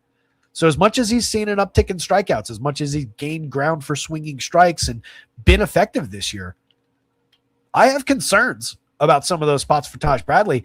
And like I mentioned, Mickey Moniak back in the lineup, 10.91 adds some power upside, some very, very real power that we've seen over the last few seasons from the left side, added back into the mix here. In around Hunter Goodman's just astounding power that's already there. Cole Carrig a few spots later, another quality bat switch hitter. I almost said lefty.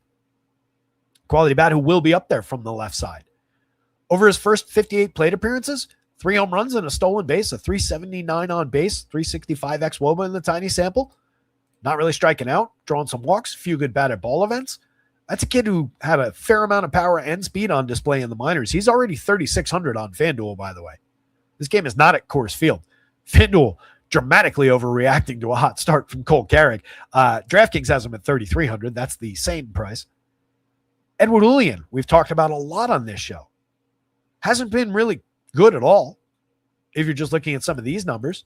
But if you look under the surface, the 339 ex-WOBA, the 51.2% hard hit rate, the 12.3% walks that goes with, that's who he's always been. So you'll have some big-time games along the way here from Edward Julian, and you might get a nice surge that normalizes some of the numbers just kind of on the whole. It's a better player than he's been. Second base eligible. So there's some playability here, and there's some believability that they'll exploit the premium contact that is available from Taj Bradley. Taj is going to have to be good here. He's going to have to miss some bats here.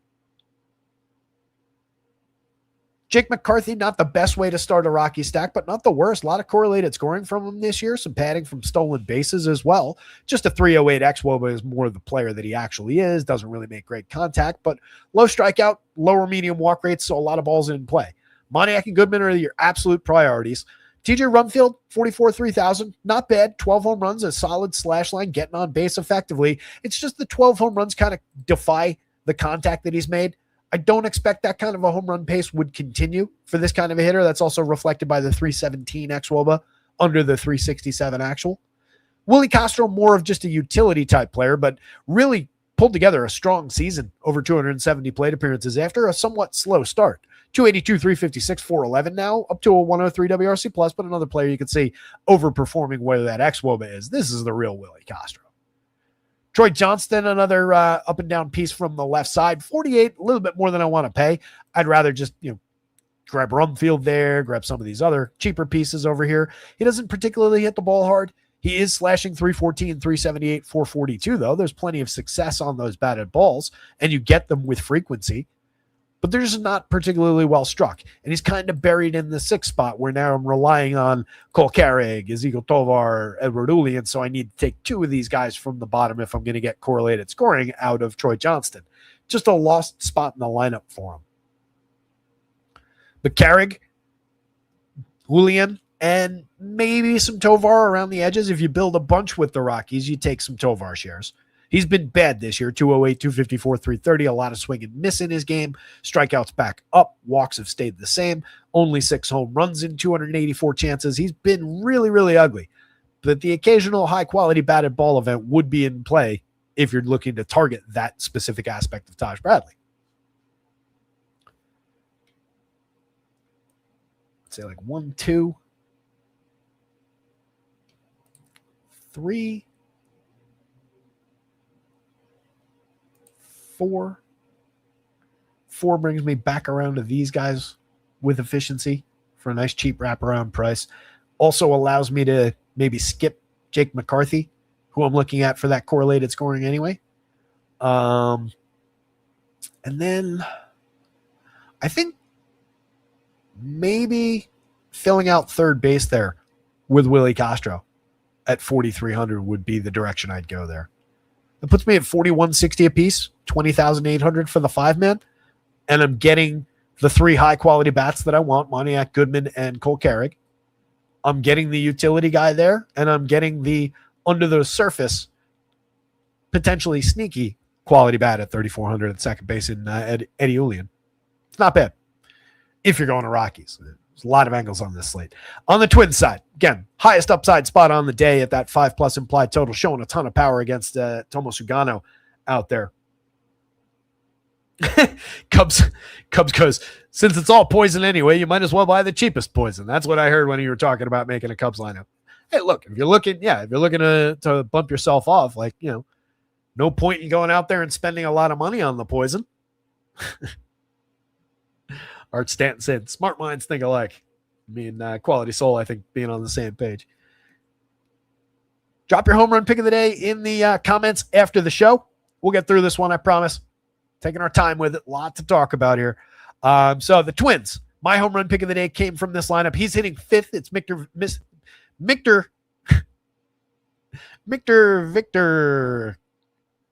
Caratini. Yeah, Mr. Victor Caratini. 3,000, 2,500, 6 home runs on the board in 222 chances this season. A little bit maybe off of a high quality pace, but he's been getting on base to offset that a little bit. 333 on base percentage, pretty good. A very high quality 348 xWOBA under his 315 actual that shows a little bit of the underperformance. He's low strikeout, always has been. High quality walk rate this year. That's up a little bit over the last couple of years. The barrel rate is right in line with where he's been in seasons past. It's just a little slight downturn in some of the consistency for the hard hit rate. Not that it's made a big swing. He hit 12 home runs in 386 plate appearances last year, had a 329 xWOBA under his 318 actual, 104 WRC plus, 8 home runs in 274 chances the year before that, 7 home runs in 226 chances the year before that. So this is not exactly Mark McGwire we're talking about here, but it is a cheap catcher in a lineup people are going to want to get to that people won't go to quite as much as they ought to. And he's my home run pick of the day. 3,000, I like it. 2,500, would play him in plenty of lineups ahead of Josh Bell at first base. Just have him at first, skip Josh Bell, go to some of these other guys. Josh Bell's perfectly fine. He's driven in a bunch of runs this season, 49 ribbies, leads the team. But that's just him finding himself in the right opportunity. He does still drive the ball, 9.7% barrel, 42% hard hit on the year, a 320 exactly league average xWOBA under a struggling 307 actual WOBA, though, 92 WRC plus. Not particularly good. He's cheap, 2,600, 3,000, very, very playable. But I like my upside on Victor Caratini a little tiny bit more.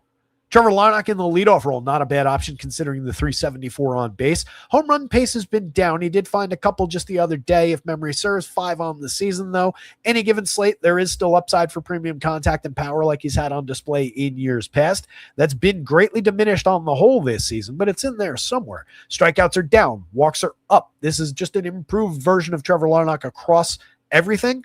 It's just the consistency of power output is down somewhat. Byron Buxton more than makes up for that with his 25 homers. And if Trevor Larnach's on base for one of them, that pays the bills. 59.41 again, fairly priced for Byron Buxton.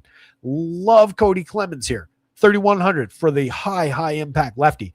12.4% barrels, 12% last year, 48.3% hard hits last year is actually down slightly at 44%, but that's still a high quality hard hit rate. Cody Clemens is just good. 11 home runs on the board in 266 chances. Only cost 4,200 in the outfield on DraftKings. 31 across multiple positions where he fits in nicely on FanDuel.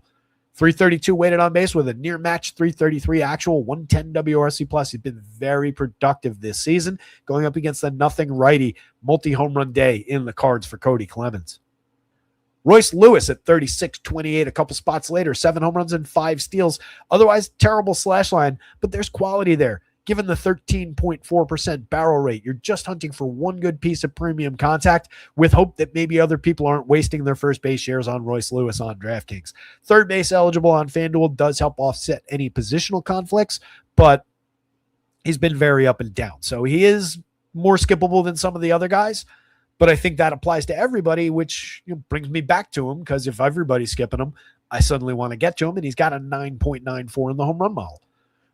Brooks Lee, little outburst for power with 13 homers on the board. Lacking in the areas you would expect him to contribute, though. 240, 299 across the front end of the slash line. Just inconsistent this year, not finding the usual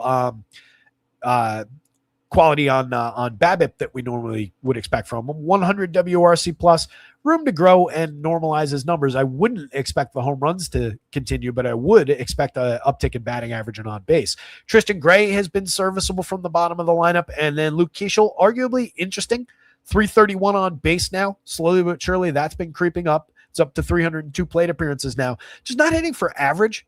maybe like we expected him to, and not finding any kind of quality. 5.2% barrel last year down to 3.2 this year, 31.2% hard hit down to 28.5, slipping across all the weighted on base categories, a 0.075 ISO, just no extra base hit upside right now. But the walks have been interesting. The on base is interesting. He's in the wraparound spot back to the top of the lineup, and I guarantee you he's going to be lower owned than, say, Trevor Larnach if you're just looking for an immediate piece of correlated scoring ahead of Byron Buxton and Cody Clemens. So that's a good argument to make to fill second base with Luke Keeschel. Over here, I mean, there's nothing that says you can't just go include Larnach in that as well, because he's also quite likely to be on base. That fills your 3 outfields, gives you second base. And then, I would selfishly want the Victor Caratini share at catcher, and you're filling up your outfield in 2 interesting positions there for $39.60 a piece, a 5-man for $19,800 from like the go-to stack of the day. That's not a bad way to build it. And these 2 guys will offset a little bit of popularity. They do offset a little bit of price. If you wanted to go more like, those 2, obviously, Caratini, Keeschel, and then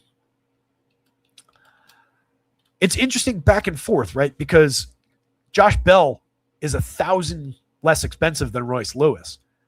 Royce Lewis in many ways is the better big upside piece, but Josh Bell's easily the more consistent contributor in the better spot in the lineup, in the better spot for correlated scoring. So you take the $1,000 discount there, 37.40, 18.7 total for my 5-man. If you took it the other way and went to Lewis at first base, 39.40, 19.7. This is an entirely affordable stack. I don't love the idea of having Keeschel plus Lee or Gray in the lineup. It's not out of the question, but I also don't really love the idea of filling shortstop with Tristan Gray at 24. So I think you're looking at picking off one of those guys. And for me, it's the guy who's getting on base like crazy this year as the wraparound. Caratini, again, the home run pick of the day coming out of the Twins. Minnesota Twins, top of this group. Say Twins, Taj, but needs to be good. Rockies bats would not play Tomo Sugano. There's a 4th game hiding down here. 4 to go. Marlins pulling a 4+ implied against Michael McGreevy, who hasn't been special this year. He's been okay, though. 3.35 ERA, getting a little bit lucky. The truth is probably more around that 4.49 Sierra, maybe in between that and the XFIP. Allowing a fair amount of barrels, but they don't come on an extreme average launch angle. They don't come with an extreme in hard hit rate, exit velocity. He's been okay, but the stuff isn't really premium, just more of a locator than anything else. Just a guy who can maybe go out there, eat 5 innings, 5+, give you a little bit of quality for the 62, but you're not getting strikeout, 7.5% swinging strike rate. You're just much more likely to collide with a bad day. Even if it's only a 5-run day, it's just not going to be enough because he's not going to offset it with any kind of strikeout upside. So I think that does lead toward Marlin bats at least a little bit. Jacob Marcy with all his speed in the leadoff role, 18 stolen bases despite 198, 321 on the front end of the slash line. But really concerning lack of output overall for Marcy. It's just the right spot in the lineup for a guy who can get on base, maybe defy XFIP or XWOBA rather, and get on base a few times on lightly struck balls. Griff Conine has demonstrated the ability to drive the ball in small samples, 2 home runs, 2 stolen bases, and 36 chances this year. Awfully cheap for a 2-hitter. Xavier Edwards at 41-31, having a nice year over 338 chances, now 293, 374, 425. 6 homers, 11 steals. The homers came in a little outburst for premium contact from earlier in the season. I don't think he's hit one in a number of weeks now, but a quality bat. Traditional option in the 3 role because he can hit for average. He can steal you a bag, drive some guys in with a double. That's not a bad player. That's an easy way to get started. I like him better than Marcy or Conine as a starting point for a Marlin stack because I want to get Kyle Stowers, all his very real power upside. He's hit 8 home runs and 240 chances, solid for barrels and hard hits each of the last couple of years. Otto Lopez has been downright interesting this year. 340, 374, 483. I'm going to fully say I did not see this coming from Otto. 16 stolen bases, a lot of run creation out of that player. That's a good option at 4,300 at short on DraftKings. Second base is where I'd prefer to have him on FanDuel so I can get another high-quality shortstop. But if I'm stuck with him at short, it's not the worst thing in the world if I've got other Marlins in that lineup. Owen Casey has a lot of premium contact upside. 9 home runs with otherwise inconsistent slash over 217, but he's very cheap, a little bit more than just another outfielder given the 14.9% barrel, the 46.5% hard hit. Kid can hit. Joe Mack has been good since his call-up. 128 pretty good plate appearances, 4 homers, some pretty good premium contact numbers. Esteury Ruiz has given this team a little bit. 356 on base, 14 stolen bases. That's the name of his game. Those 4 home runs are a total outlier, but the on base, the stolen bases, not at all. He is a player who gets on base and creates havoc out there. 144 WRC plus so far, but you can see the overperformance in the 384 actual WOBA against the 303X. And then Graham Pauley. Don't sleep on Graham Pauley down toward the bottom of the lineup. Dead min price at third base. Fills 3 positions for the minimum on FanDuel. 91 pretty bad plate appearances. Does have a home run on the board. Last year, 184 pretty bad plate appearances. Did hit 4 home runs at least. The year before that, 2 home runs in 32 pretty bad plate appearances. But Graham Pauley,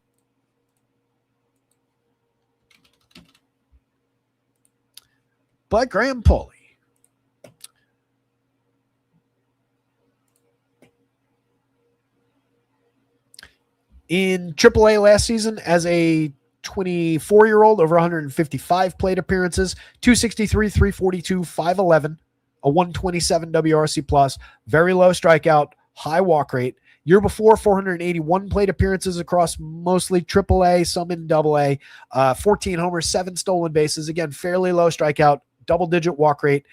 Good on base that year, but a lackluster slash line overall. 89 WRC plus is obviously lacking. 23 home runs, 22 stolen bases over 551 chances back in 2023 as a 22-year-old, primarily high A into double A with strong slash lines. So just has missed some time throughout each of the last couple seasons and then scuffled a little bit on promotion with some of his better attributes kind of shining through under the surface. So I do think there's a talented player here. He's still just 25, just needs to get some time in regular action at the show and figure it out. That said, doesn't particularly pop for anything if you're just looking at some of the traditional scouting numbers. I just think it's a player who has a lot of different attributes across the skill set that could coalesce into something interesting. At the bottom of the lineup for the dead min price, that's a mixer if nothing else against Michael McGreevy, a pitcher who's going to allow him to make contact. Max Meyer is mentioned way back at the beginning of the show, finding the swinging strike this year, pitching to a 2.80 ERA. Mid-threes, xFIP and Sierra is perfectly fine. He's allowed a little bit of premium contact, but it hasn't burnt him. 2.13% home runs, 27% strikeout is a nice uptick. 95, 10,000 against a gettable enough Cards team that doesn't really strike out, but certainly against a pitcher who's finding the strikeout this year could offer a little bit more around some of their key bats, like Jordan Walker at 25.5%, for example. A lot of low, mid-teen strikeout numbers through that Cards lineup, though. Not the best spot in the world for Max Meyer, but you can definitely see the 6 innings of pretty clean action and getting away with a pretty high-quality fantasy score for the money as compared to the guys at the very, very top of the price scale. Meyer's on his regular day of rest after being on the either paternity or bereavement list, I forget which, earlier in the week. So no issues about a short start or anything like that in play with Max Meyer. Don't let anybody tell you otherwise. JJ Weatherholt, top of the Cards, interesting enough lineup. Dozen home runs, 8 stolen bases, excellent 361 on base out of him. Nobody has been better at the catcher position at getting on base than Ivan Herrera at 404 on base. 353, 342 for the next 2 guys on the lineup. But we're just talking about getting to first base. This young Cards team has been excelling in that department. Alec Burleson and Jordan Walker in breakout seasons. 13 and 18 home runs. Excellent numbers for on base. Excellent numbers under the surface by xWOBA. Making great contact with the ball for both those guys. And then they've mixed Lars Nootbaar back in. 386 on base out of him over 70 chances now. 2 home runs, 288, 386, 492. Just doing Lars Nootbaar things out there. That is a very good trio in the heart of this lineup now with a premium rookie, a very high quality catcher. Mason Wynn's overrated and not that good. Nothing really to write home about for DFS. Not all that playable at shortstop, in my opinion. But Nathan Church is okay. He's found some good batted ball events, 5 home runs, 5 steals, an okay slash line, a 101 WRC plus. Just ignore the xWOBA and the WOBA right now. Blaze Jordan has major pedigree for power output through the minor leagues at just 3,200, 3,000 across sites. And Jose Fennerman is not a pitcher. So that's good news there. I mean, he is, but not that one. This one is a pitcher.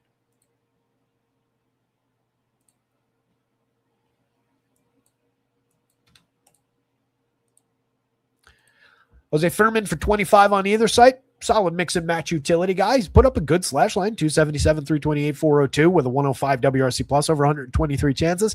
It's just that he doesn't really make good contact, never really has, and has a nothing 285 xWOBA under his 322 actual.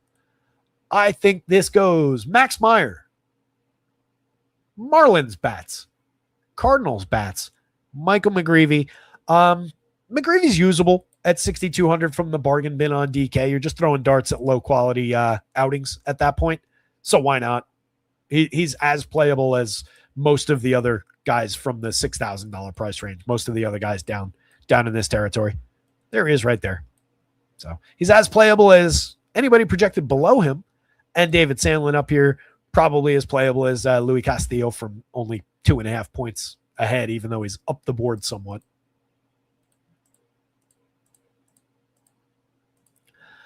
Athletics 448 implied against the Angels 411.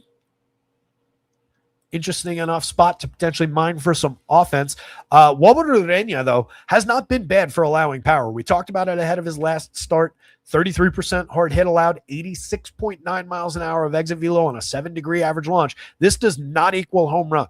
1.71% home runs allowed in his 12 starts is 67 1/3. So demonstrably good at keeping the ball in the yard. It's not really changing the tune too much for those three guys.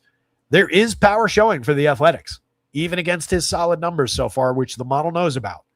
So the Athletics kind of breaking that out of that mold a little bit. That implied total helps a little, but don't be completely shocked if Urena's quality knocks them down a little for home run output.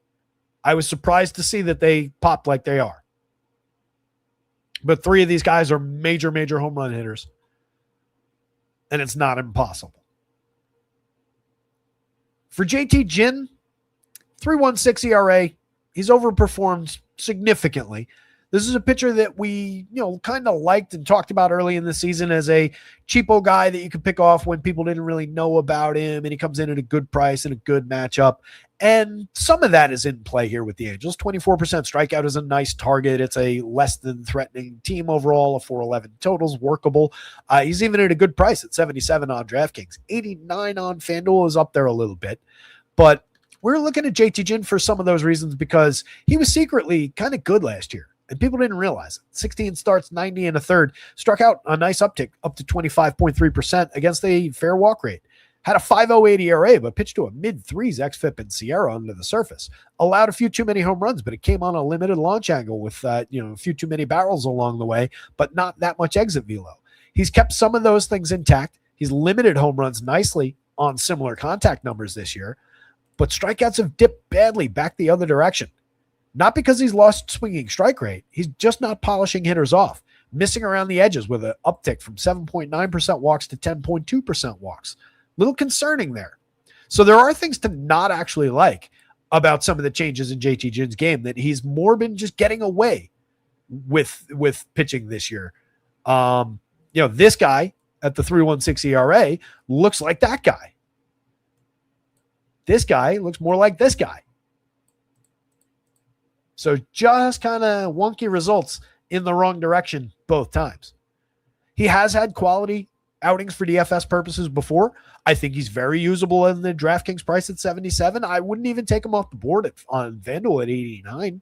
He could go out there, find a 7 to 9 strikeout day, get through 6 and change, find the win, find the quality start, walk away happy. But there's a pretty clear path toward danger with JT Ginn as well. 2 of the Angels above the magic number. Another one closing in on it is one of the better home run hitters of this last block of years. So plenty of danger showing for JT Ginn as well. If you go into the A's, Henry Bolte, interesting piece to get started. Nice and cheap. 143 very good plate appearances so far. Sites haven't noticed. 49% hard hits, 9 stolen bases, a 406 on base. He's been outrageously good. That's an asset for this team. Nice piece for correlated scoring ahead of Nick Kurtz and all his power, all his ability to get on base. 426 on base, still pulling a near 20% walk rate. 19 home runs tied for the team lead with Shea Langoliers after a cold start. He spotted Langeliers like 9 home runs and still caught him. Langeliers has been tremendous, though. Complete hitter these days. 126 WRC plus for him. 162, though, for Kurtz. That's how good Kurtz has been. He's just really one of the best bats in baseball just immediately from when he joined the league. Soderstrom, not far behind at 51-33. Nice little price break. 13 home runs for him, a 345 on base. Carlos Cortez found some premium contact early in the year. It slipped a little bit, but the slash line is still strong at 276, 359, 436. Solid 121 WRC plus. It's a go-to piece from the left side for a fair price. You also get Lawrence Butler for a little bit cheaper with a similar skill set for power for a little bit of speed. So either one of those guys, once you start compounding those guys in your lineups, you start adding zeros into the mix more and more. This is the other Max Muncy.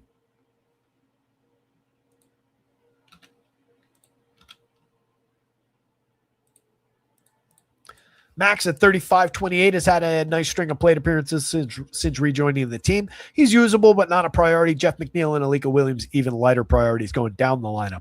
On the Angels side, Zach Neto, 10-5 in the home run model, 17 with 11 stolen bases on the year, a 116 WRC plus, despite some underwhelming days across the rest of his slash line, and kind of in spite of a 317 xWOBA under his 342 actual. That's a point of concern.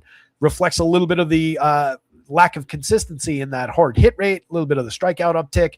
There's some definite concern here, but still very capable for counting stats, if nothing else, and fairly priced for a little bit of potential downturn. Nolan Schanuel's just an on-base and correlated scoring piece. He's fine in any given stack, but in no way is he a priority. Joe Adell, 10 home runs, definite priority, 10.83 in the home run model.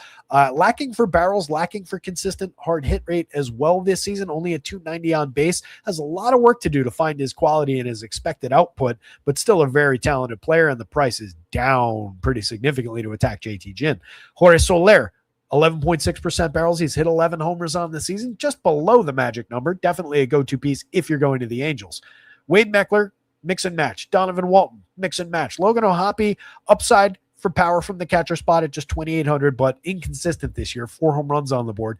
You're getting a solid average, over 83 plate appearances with some on base mixed in from Walton. Same thing from Wade Meckler, over 101 chances. Mixed for counting stats, mixed for actual premium contact and power and high run creation events, high point creation events. Denzer Guzman gives you a little bit more of that. He's hit 3 home runs and 61 chances. He also cost 3,400 kind of inexplicably on FanDuel. 32 on DraftKings is a lot more friendly. But he's the guy in that stretch that has some more good batted ball events in this very small sample for everybody. And then Josh Lowe, just kind of a mixer lurking down there at the bottom of the lineup. Talked about all those guys, yeah. So some mix and matchiness going on after you pass through like Jorge Soler with the Angels. That does reduce their quality somewhat, does give JT Ginn a little bit of a push toward, all right, maybe he's able to get through this team. A's bats.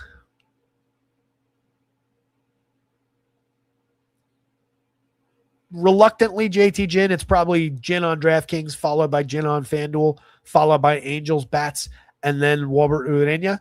I just think for the danger apparent in that mid-fours total for Urena, and for the increased walks, the pitching way over his head when it comes to that 2.41 ERA, I think that's a mistake I'm willing to let other people have at those prices. If he was a little bit cheaper on DK, he'd be more firmly in the mix. If you use him a few times as SP2, no problem. But I would look to undercut any field number on him and use him sparingly, because it's going to go bust at some point. His primary attribute is keeping the ball in the yard, and the A's seem to be finding their power anyway. 2 to go. Dodgers, Pods. Both these lineups in. Pods, most underperforming, worst lineup in baseball. Pushing some upside toward Roki Sasaki in a pitcher-friendly environment at a great price, $8,000, $8,300. He's found some quality, 13.5% swinging strike rate, 24.1% strikeout against. Still too many walks, only a 15.4 strikeout minus walk, kind of reflected in the 4.76 ERA, the around 4 xFIP in Sierra. I would say 4-run type pitcher is who you should expect, but one with very good stuff, one who will spike numerous high quality strikeout games. And when you're talking about a Padres lineup like this that's been largely non-competitive through the season, that's a go-to option on the mound for DFS. He has given up some premium contact on the year, has given up some home runs. We're over the threshold there, and there, so it's something to be aware of. But that's offset a little bit by the elite level stuff. The downside games are bad. The upside games can be good. Walker Buehler at 7,000 at 7,800. Entirely usable. Kind of surprisingly. 3.96 ERA, 3.64 xFIP, 3.92 SIERA, 21% strikeout, 7.5% walk. Doesn't exactly stand out or pop for extreme quality. But you can see what he's doing to the Dodgers run total. There's been a lot of believability in his changed arsenal. Since a 4-run day in which he allowed 7 hits, struck out 5, walked 0 against San Francisco at San Francisco back on May 5th. Since that day, which I kind of picked arbitrarily, but it looks like the right day to have picked, 42 and a third over 8 starts, faced 171 hitters, allowed 3 home runs, struck out 36 of them in the 42 and a third. So not a great strikeout rate, but I think what's impressive here, 2.76 ERA, backed up by a 3.49 xFIP, 3.17 actual FIP. That comes with a fairly high 300 batting average on balls in play against as well. It's not exactly missing bats. It's the one attribute you wish you had, but serviceable enough. It's just when you're not missing bats and you're just running into Shohei Ohtani, Andy Pias, Freddie Freeman, and so on and so forth, it gets difficult to project any kind of real clear path towards success. So that's why you don't really see him in the numbers. But it wouldn't shock if Walker Buehler went out, had an effective enough 6-inning, 25-point type day, booked the quality start, but not the win, so on and so forth. Dodgers bats against, definitely on the board, even with that lacking total. Shohei Ohtani's a superstar by any measure. 17 home runs, a 4.14 on base, on 4.23 xWOBA. Just get Ohtani into your lineup if you're playing anything Dodgers. Andy Pias, even with some diminished performance lately, 15 homers, 8 stolen bases, hitting second regularly, 8.85 in the home run model. Doesn't strike out that much, puts a lot of balls in play, and a lot of them are well struck. You just continue going to Andy Pias as the price comes down. Freddie Freeman at 53.34. Absolutely tremendous. 282, 372, 486, 13 home runs. The average is on the way back up. The on base never really struggled. Home run totals right where you want it. Premium contact right where you want it. It's another Freddie Freeman season. Mookie Betts, cheap. 4,600, 3,000. Dirt cheap for Mookie Betts. Shares at shortstop. Just take advantage. 9 home runs. Not striking out. Not really drawing walks, kind of like Mookie Betts does, putting the ball in play with authority, finding some success in limited doses, but a 3.37 xWOBA says he's going to get it figured out. That is just too cheap for Mookie Betts. Max Muncy at 46.33 is just too cheap for being him. One of the best 3 true outcomes hitters in the league. 16 home runs, a 365 on base, a 380 xWOBA, 143 WRC plus. I don't really understand why he's not 5,000. Don't really understand why he's not, say, 3,800 on FanDuel, other than just affording you the ability to click these players together. 48.32 for Kyle Tucker is arguably too low, even though he's been bad over 318 plate appearances. Not making his usual levels of contact, really struggling to earn his $1 billion, but is a very high-quality player over the years in there for that money now in the outfield. Tommy Edman is a serviceable piece across multiple positions. Second base is primarily where I want him. Nice, cheap price. Out of the gate, pretty strong over these 24 plate appearances. A lot of counting stat success across time. Up and down ability to reliably get on base, but mid-board type power. The ability to steal a bag. A lot of correlated scoring days. Dalton Rushing, tons of premium contact upside, 8 home runs and 157 chances. Alex Freeland, a solid mixer in the middle infield who hasn't given them the quality that they want on a consistent basis, but we expect more for a growing young player. Using the Padres, every now and then they'll find success. Fernando Tatis, not as bad as might be advertised. 347 on base, still creating runs 4% better than average. Has a very interesting 350-something xWOBA under the surface. Barreling the ball, finding hard hit consistently, just not the hard hit to the locations that we want him to, which is into the seats or into the gap. He's more just driving the ball effectively the other way or hitting really well-struck ground balls. It's a little bit problematic, but any given slate, we can see the outburst, and the numbers are not bad for a second baseman priced the way he is. Samad Taylor at 34, at 36, solid 66 plate appearances, was very, very buzzy, is getting too much attention, I think, for the quality. Not a lot of premium batted ball events in there. I would not expect much about that slash line to really continue. Jackson Merrill is a star caliber player who's really struggling this year, finding some good counting stat days, but that's about it. Finding some good contact days, 47% hard hits, just not seeing the success across the slash line or the output for them. Manny Machado struggling, but the occasional well-struck ball. 14 home runs is at least something to hang a hat on, but really going through it. You're not skipping Manny all that often, but he's no longer really a reason to go to these Padres. Gavin Sheets, Xander Bogaerts, playable pieces, but not overly appealing. I'd rather have Sheets than Bogey any given slate, but either guy capable of giving you counting stats, capable of giving you the occasional well-struck ball.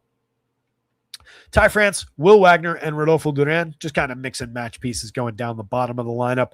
France had that interesting outbreak for power, but already down below a 300 on base. No consistency there, as we've seen over numerous years now with Ty France.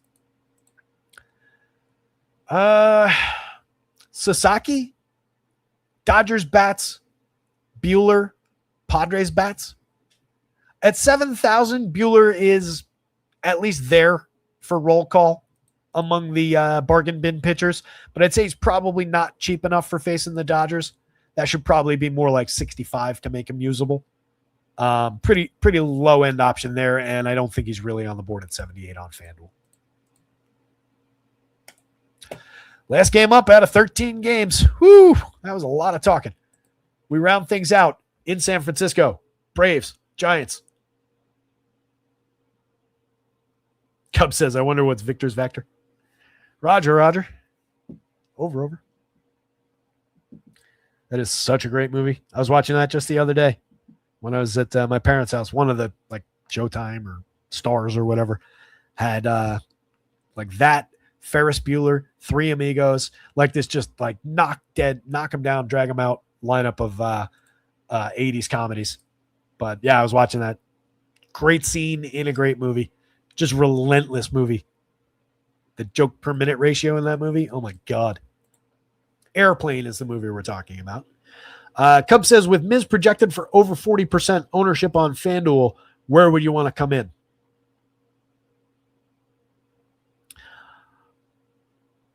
$30 to 40% probably still. Call it 25 as a bottom. I don't really want to skip Miz.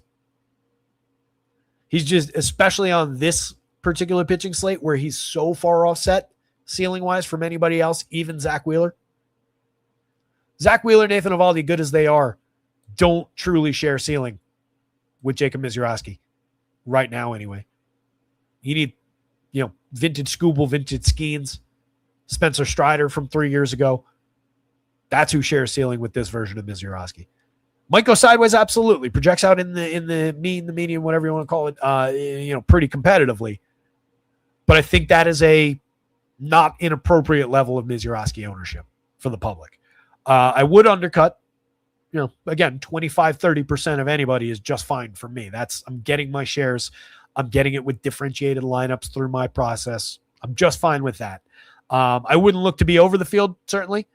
And there are other options to spread out to, particularly if he goes sideways by, just a couple runs. But remember, as I was saying, 4-run damage for him, taking away the quality start for him, still could prevail, given the ability to go deep, given the ability to book strikeouts. So just know that, he can claw some of that back. Rabbit Hole asking about the weather. Can't get to this last game because everybody's asking questions.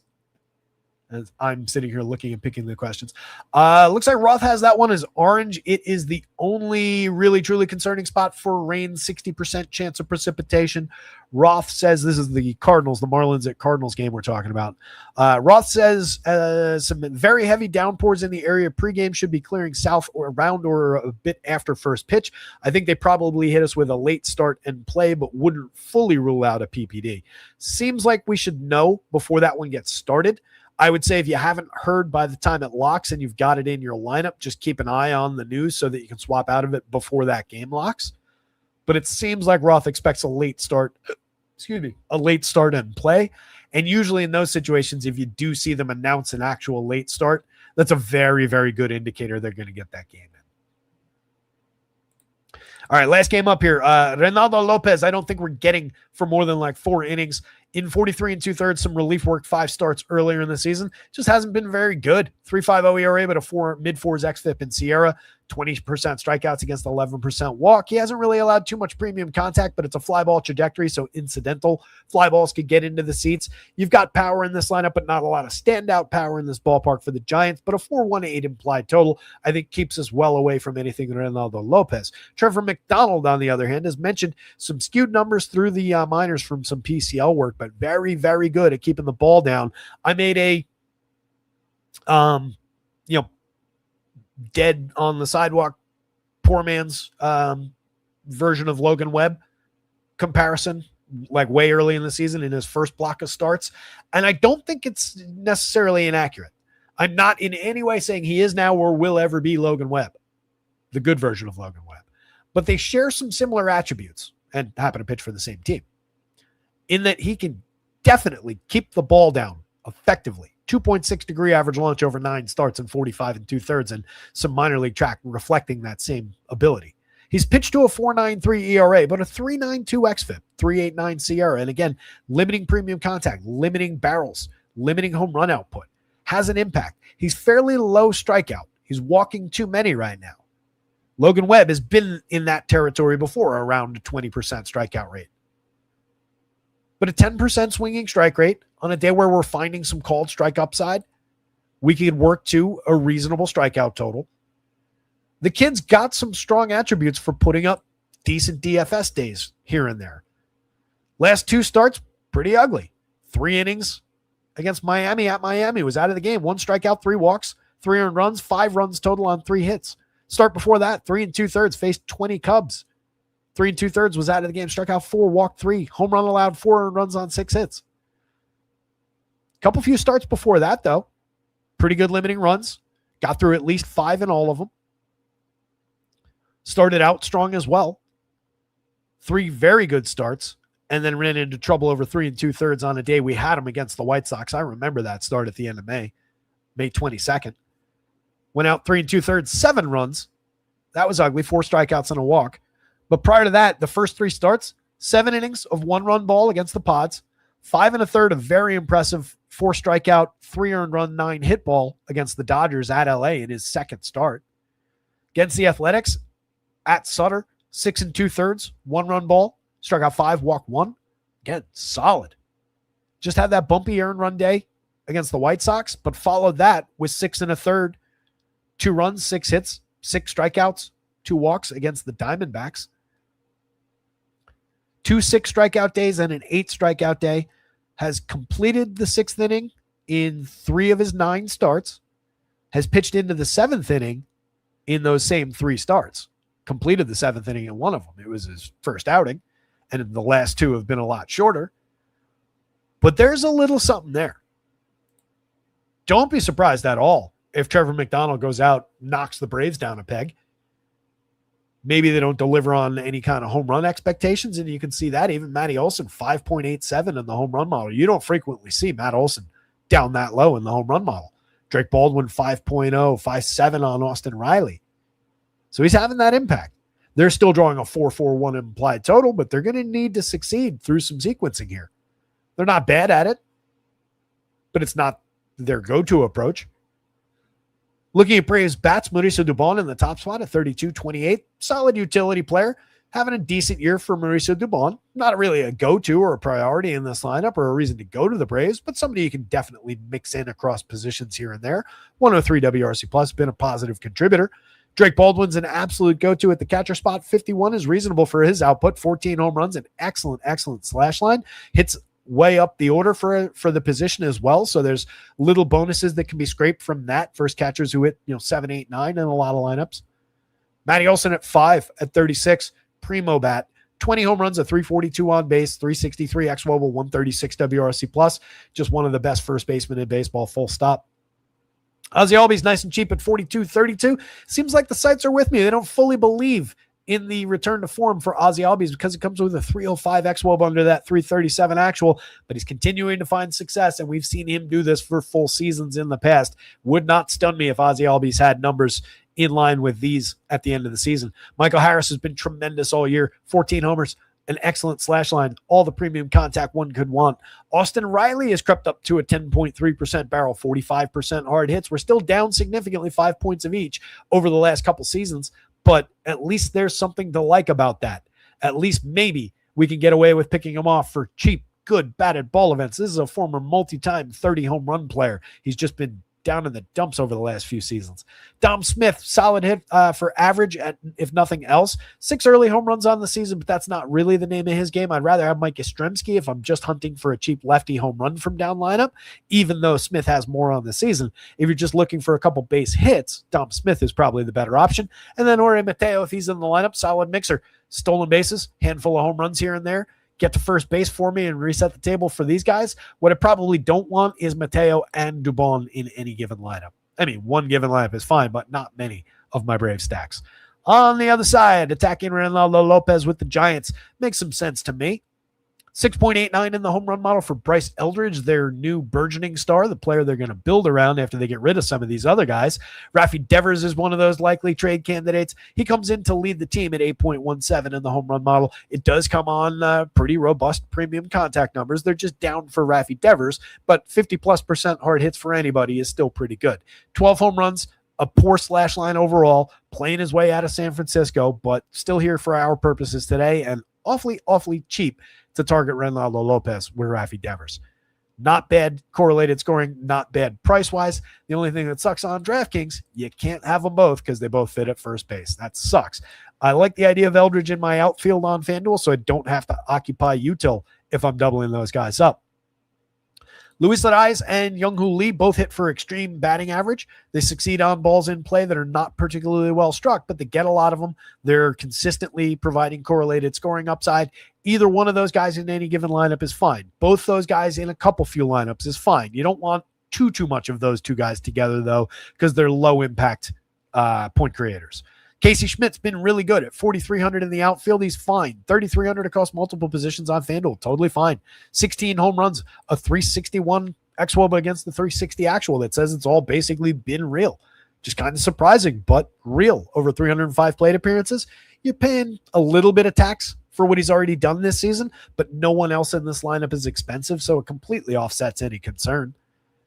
Willy Adames is 33-28. He's hit 14 home runs and not done a whole lot else, but still has the ability to drive the ball and has gotten very, very cheap against a gettable starter on the other side. Matt Chapman, a lot of those things are true about Chapman as well. 7 home runs for him. He's at least getting on at a 333 clip, but he's lost his ability to drive the ball by and large. A few better batted ball events recently. A few of those home runs have come recently. Hopefully trending out of it and going to have a big second half, but was mostly lost over the first half of the season. That's why the price is so low, though, for a high-quality player over the years. Drew Gilbert, Eric Haas to round things out. 7 combined home runs over just over 200 plate appearances. Mix and match pieces both at the bottom of the Giants lineup. And that is your 13-game, 26-team, 200-and-something player. What am I trying to click to? Here it is. 200-and-something player slate. There's your stacks board one more time, gang. It's a big, messy old stacks board with different pieces for different things kind of lining up all over the place, particularly on the DK side. Looks a little bit more messy where the home runs are, where or the lack thereof, where the lack of value falls in. FanDuel lines up a little bit cleaner, as far as how some of those things don't necessarily conflict quite as badly. Messy day. Not a great day on the mound. Jacob Misiorowski, totally worth it. Top of the board. Easy ace. Ace enough. Just not a great matchup against the Blue Jays. These two guys offset a little bit for matchup and quality. Highly playable 3-4, 4-5 type starters for right now. Growing young pitchers. Both kids good. Going up against each other.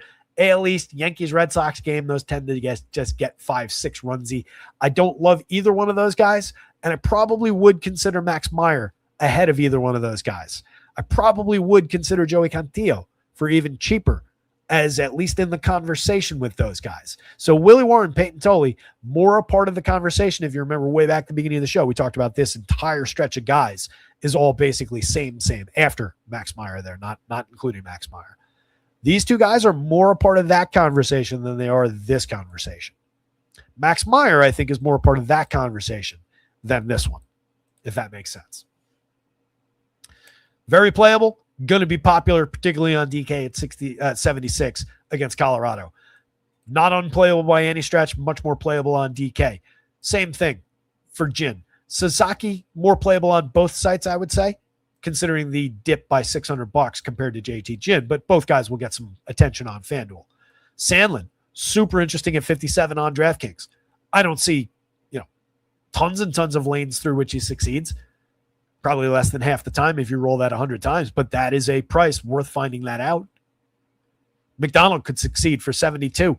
Don't love the upside at 73 on FanDuel, but I do consider that playable considering that he's shown us the ability to complete 6 innings in the show. So not off the board on FanDuel. I think he's probably more playable than Urena. Ronaldo, I don't think gives you enough depth. Those are ceiling numbers for Ronaldo. Martinez back on the board at 79, but that's again, kind of mixing it with impacting some of those prices, and he's more pitching and talented like some of the bargain bin guys. So he's a little bit bumpy through there. Bargain bin, yes. Bargain bin, yes. Bargain bin, no. Bargain bin, sure. No, excuse me. That's a no. Both these guys, Colin Ray and Mitch Spence, are no's. I didn't mean to say sure on Mitch Spence. Even at 51, I don't think so. Zach Gallen, I can make a better argument for Zach Gallen at 6, considering years past, than either of these two guys, but he's probably also a no. That one's a no. Alvarez, maybe. And then Patty Corbin at 55, as odd as it sounds to hear me say, maybe you could play Pat Corbin at that offset price. If you're going from the grime underneath the bargain bin, that's where you find Patty Corbin, and he might be able to make it work. Just needs to give you more than the 3-4 innings he's been putting up in recent starts.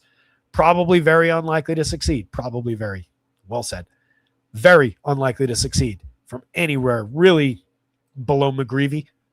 Everybody down there, this is basically your garbage of the slate. Not a lot of chances down there, but some loose playability. Make sense? Happy? Nearly 3-hour show. No questions in chat to wrap up. Handful of people here watching. Appreciate the hell out of all you guys, especially if you hit the like button. I like it just that much more. If you subscribe to the channel, it's a little bit more on top of that. If you subscribe to the website over at rotoscouts.com, now we're talking. Now we're talking about some of my favorite people. Rotoscouts.com, rotoscouts.com, rotoscouts.com. Check it out. All 4 major sports are projected. Guaranteed every single main slate, every single game for NFL. Most of the ancillary slates when there's anything relevant I've been covering lately for baseball. Tons and tons of content for baseball and football. Projections for every main slate for basketball and hockey. Usually do shows for basketball. Under $1 a day for everything. All in access. No per sport nonsense. Get behind the paywall. Give it a look. Totally free first week on a weekly plan anytime right now. Promo code TRYME. All one word, capital T, capital M. Free first week. Does renew at full price, which is $6.91, under $1 a day for the weekly. After that first week, if not canceled, cancel anytime. Hopefully you stick around. Into the home run picks contest. Come back after this video ends and leave a comment with your home run pick of the day. Got to use the same YouTube handle, etc., etc. Here's the rules. First to 5 wins a free month of Roto Scouts that you can use anytime. You don't have to use it now. Keep it in your pocket until 2 sports are running. Leaders have 3 apiece. 3 people tied at 1. Nobody else has one. All you have to do is leave your home run pick of the day. You only get 1 use of Ohtani or Judge across the entire contest. You cannot use my home run pick of the day, who happens to be Victor Caratini, who you probably weren't picking anyway today. 1 pick per person per day has to be from this slate we discussed on the show. So these 26 teams, 13 games, have to use the same YouTube name every day. You will not get credit across multiple handles. Multi-day contest, free to enter, etc., etc. All the rules and stuff are right there. That month will renew at regular price if not canceled. Yada, yada, yada. That in mind, you guys, I got to get a drink of something, unwind for a moment, get the site updated, build some lineups. A lot to do. Not a lot of time to do it. Somebody go win something out there. Good luck out there tonight. Somebody go win something. Share the results when you do at RotoScouts on Twitter, Premium Discord, linked in the description below the video. All sorts of links down there to the site as well, rotoscouts.com. One last time. Have great weekends. Content as usual through the weekend, but no shows over the weekend. We'll catch you back up on Monday to talk about everything that went on, talk about whatever the Monday slate's going to look like. Go get them tonight, gang. We'll see you.